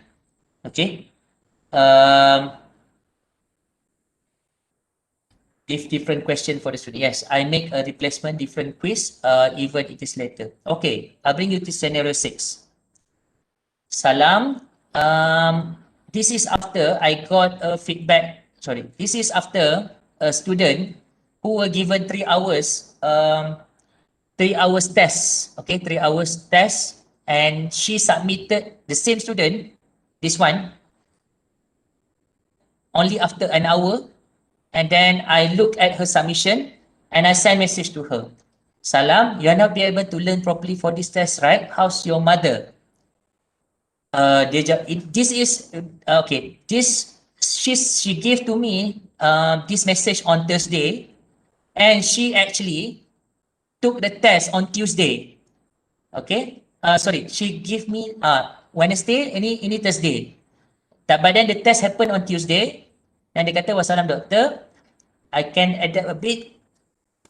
My mom dah meninggal, sir, hari Khamis lepas. One thing that strike my mind is that macam sampai hati student ni dia macam dia tak bagi tahu tau. Dia tak bagi tahu macam mak dia meninggal ke. I don't know what happened to her. She didn't. She still come for the test. And after that, and what will you respond anyway? I just want to know what was your response. Kak dia tak pelik Tazli sebab Kak dia pernah dapat pelajar bapak dia meninggal pagi tu, kemudian dia ambil juga exam sebab dia kata dia tak nak mengulang. So dan Kak dia salute lah budak ni sebab dia kata whatever it is, bapak dah meninggal tak boleh buat apa, tapi exam ni tetap kena lalui. Dia kata sebab kalau nak ambil waktu exam lain ganti, dia kata nanti menyusahkan juga bukan kepada pengajar, dia kata menyusahkan juga kepada diri dia sendiri. So I salute lah this girl yang datang waktu exam, and then makcik dia pun tunggu untuk and she scored well untuk exam tu, surprise. So tak pelik benda itu. So in this kind of scenario, this is where actually the students didn't tell me that her mother passed away kan, tapi dia still ambil test, and then tapi the problem is I can see from her test punya output tu memang teruk lah, maksudnya she didn't have time to study pun untuk test tu. So what I did is actually I asked her, I will cancel this test. I will cancel this test for you. After you are stable, dan 3-4 minggu lagi, then you can come back to me, and then after that we can do a retest for you. I can give a different question so you can do the test. So this is what actually But then I've been coping with her. I do not just leave her like that lah. Maksudnya throughout the semesters tu, I keep asking her how's going on. Macam contohnya macam ada student ada apa masalah dia nak belajar, anything else that so I've been actually talking to her lah throughout the semesters. And then alhamdulillah towards the end she did well. Sorry Tazli, satu kes yang kau dilalui ialah yang ni bukan mother dia atau father dia, tapi grandparent dia, tapi mungkin grandparent dia rapat dengan dia kot. So dia tak bagi tahu, dia hanya selepas macam kes Tazli kata tadi lah, hanya selepas tu baru dia bagi tahu, and we can see lah dia punya macam mana performance dia kan. So like you said lah, kita kena consider jugalah bila dapat student macam ni, because they try to as much as possible not to share pada dia macam kelemahan kalau dia berkongsi benda-benda macam ni, sebab dia cuba sedaya upaya nak tunjukkan bahawa dia profesional sebagai pelajar, dan pada masa yang sama dia cuba juga nak ketepikan, tapi kita faham kesan dia lah, dan bila dia bagi tahu tu kita kata okey, macam Tazli kata lah, nak buat lagi sekali ke macam mana ke, kita beri peluang lah. So tapi yang bukan parents, grandparent, macam dia kata lah, grandparent yang rapat kot dengan dia.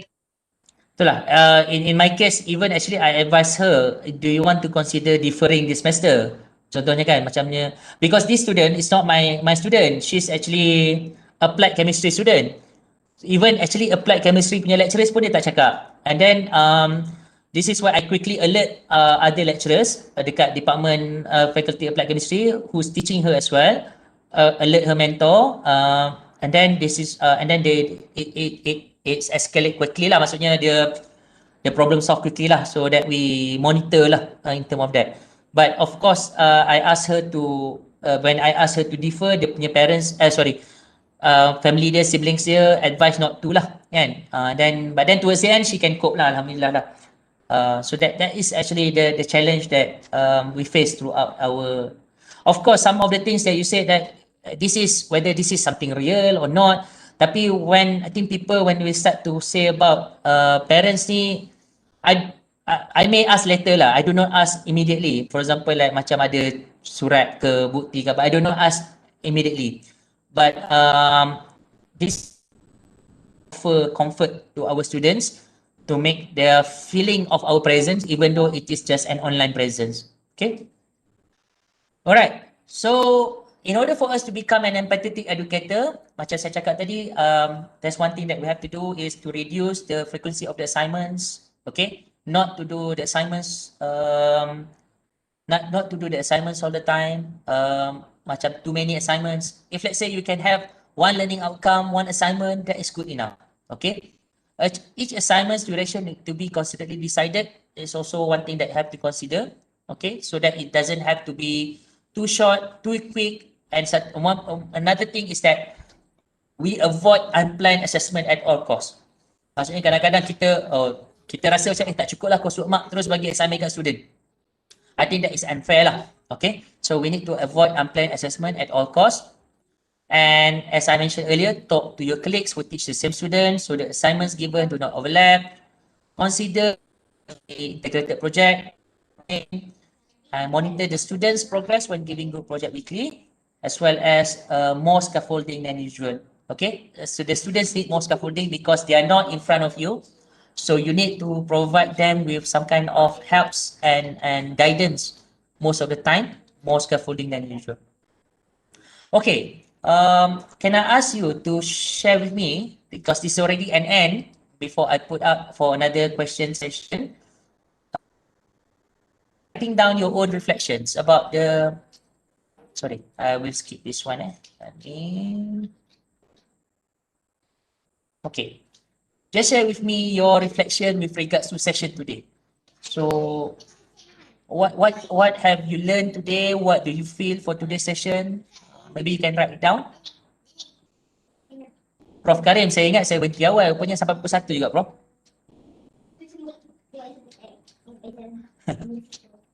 Tak apa, Dr. Tazli. Tak ingatkan nak berhenti awal, rupanya tak juga. Faham. Kita sama, kita So serupa. where should we write these reflections? Just follow You can go to follow the menti.com. link? You can go to menti.com and use code 6857943.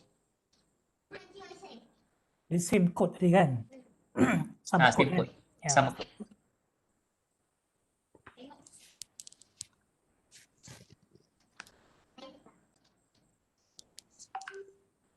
I think we get a very good response and also interaction on YouTube as well. Yeah, that's YouTube tu saya tak sempat tengok. I think I will respond. Very good. Thank you for those who actually being passionate since 9 o'clock until right now. And actually share with us about share with everyone lah kat sini about our own reflection, about our own challenge.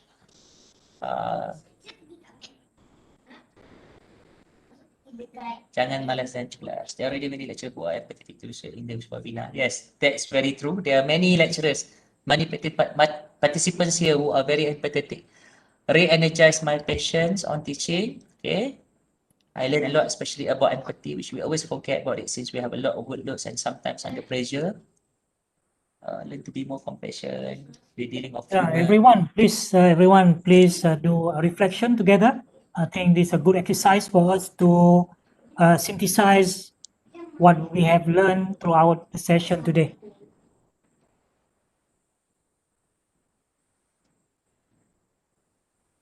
A short one will do. Yeah, a short one will do.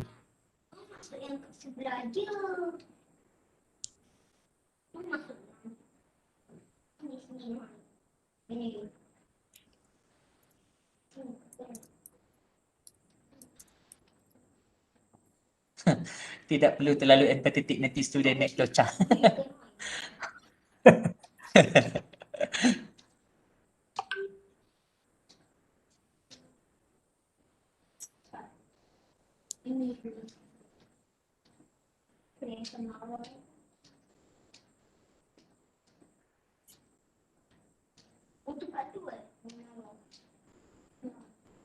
I learned on how to humanize my teaching, so have empathy to work. So it's working from home. I was supposed to put at 12. Okay. After all, your human journey of learning.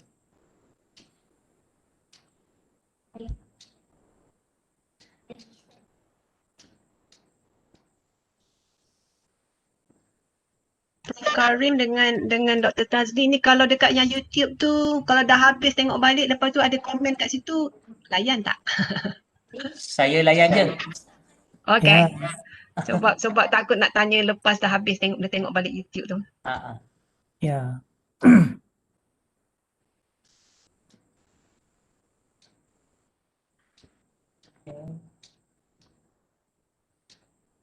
I realize that I'm not alone in my quest for effective teaching and learning. It was a good session. Okay. Empathy is one of the things learned in the session.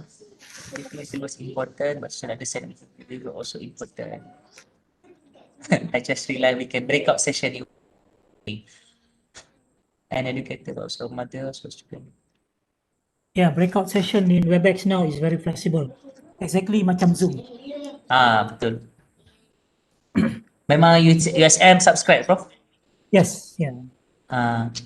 Nanti slide saya akan share. Saya akan download juga dengan Mentimeter punya output ni. I'll be sharing with direct dengan ni lah, Puan Rozana nanti. Mungkin Dr. Tazli boleh share juga link tu nanti dalam chat dalam YouTube punya tu. Boleh. I can share. So all the participants here can also go to YouTube punya version, then boleh download the PowerPoint from the link there lah. Okay. Yeah. Prof, kacau Sat, Prof Karim. Ada link tak untuk CDAE, Prof? My CPD. Tu. Tetap Tazli, Kak Odi tetap join dengan passionate ni, tapi markah nak juga. Ya, apa Yang ni? muncul dari link tu ya. Zana ada letak link tu.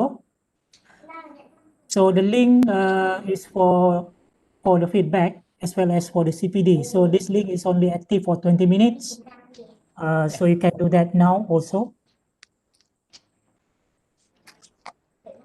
Okay, if you have any question, you can pop up later lah. Maksudnya kalau ada apa-apa soalan lagi, I think even you can bring it to next week. I can answer that. Kalau mungkin terfikir along the way kan. Can they ask a question now? Sure. Directly? Boleh. Yeah, Dr. Noliza, you want to ask the questions directly to Noliza Shari?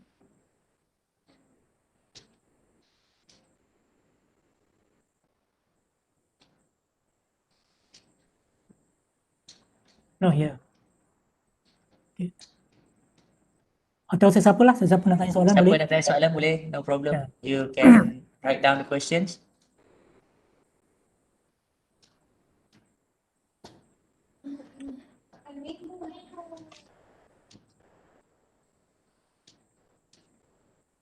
Meanwhile, participant from USM, please fill up the form.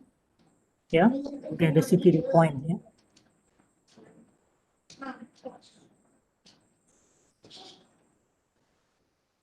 So, ada soalan ke?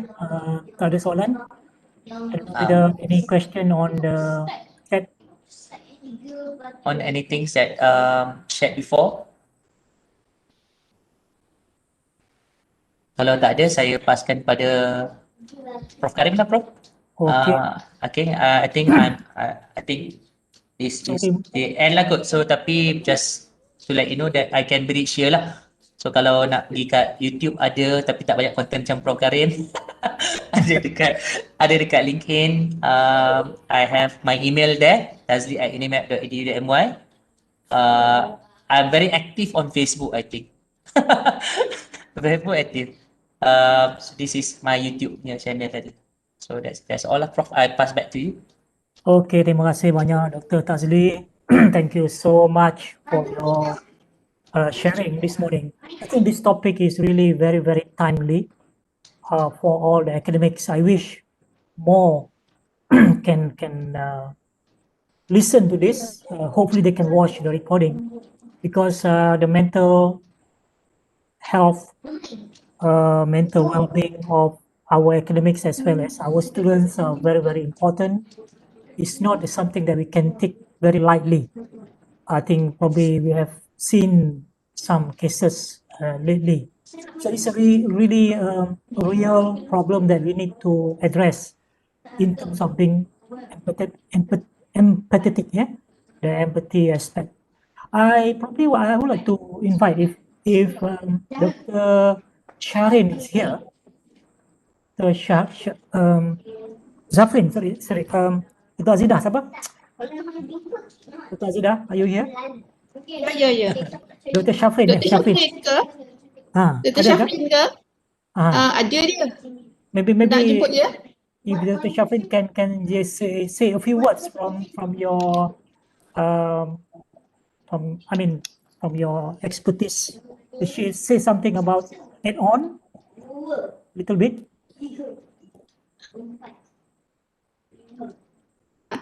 Dr. Shafrin.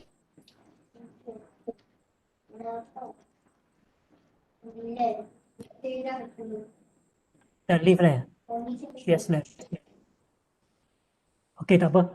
Kalau tak ada, tak apa. So once again, thank you very much, Dr. Tazli, for very ada. So, do you want to say something, Dr. Chaplin, just to add on? Nampak dia dekat chat. From the really, psychologist point of view.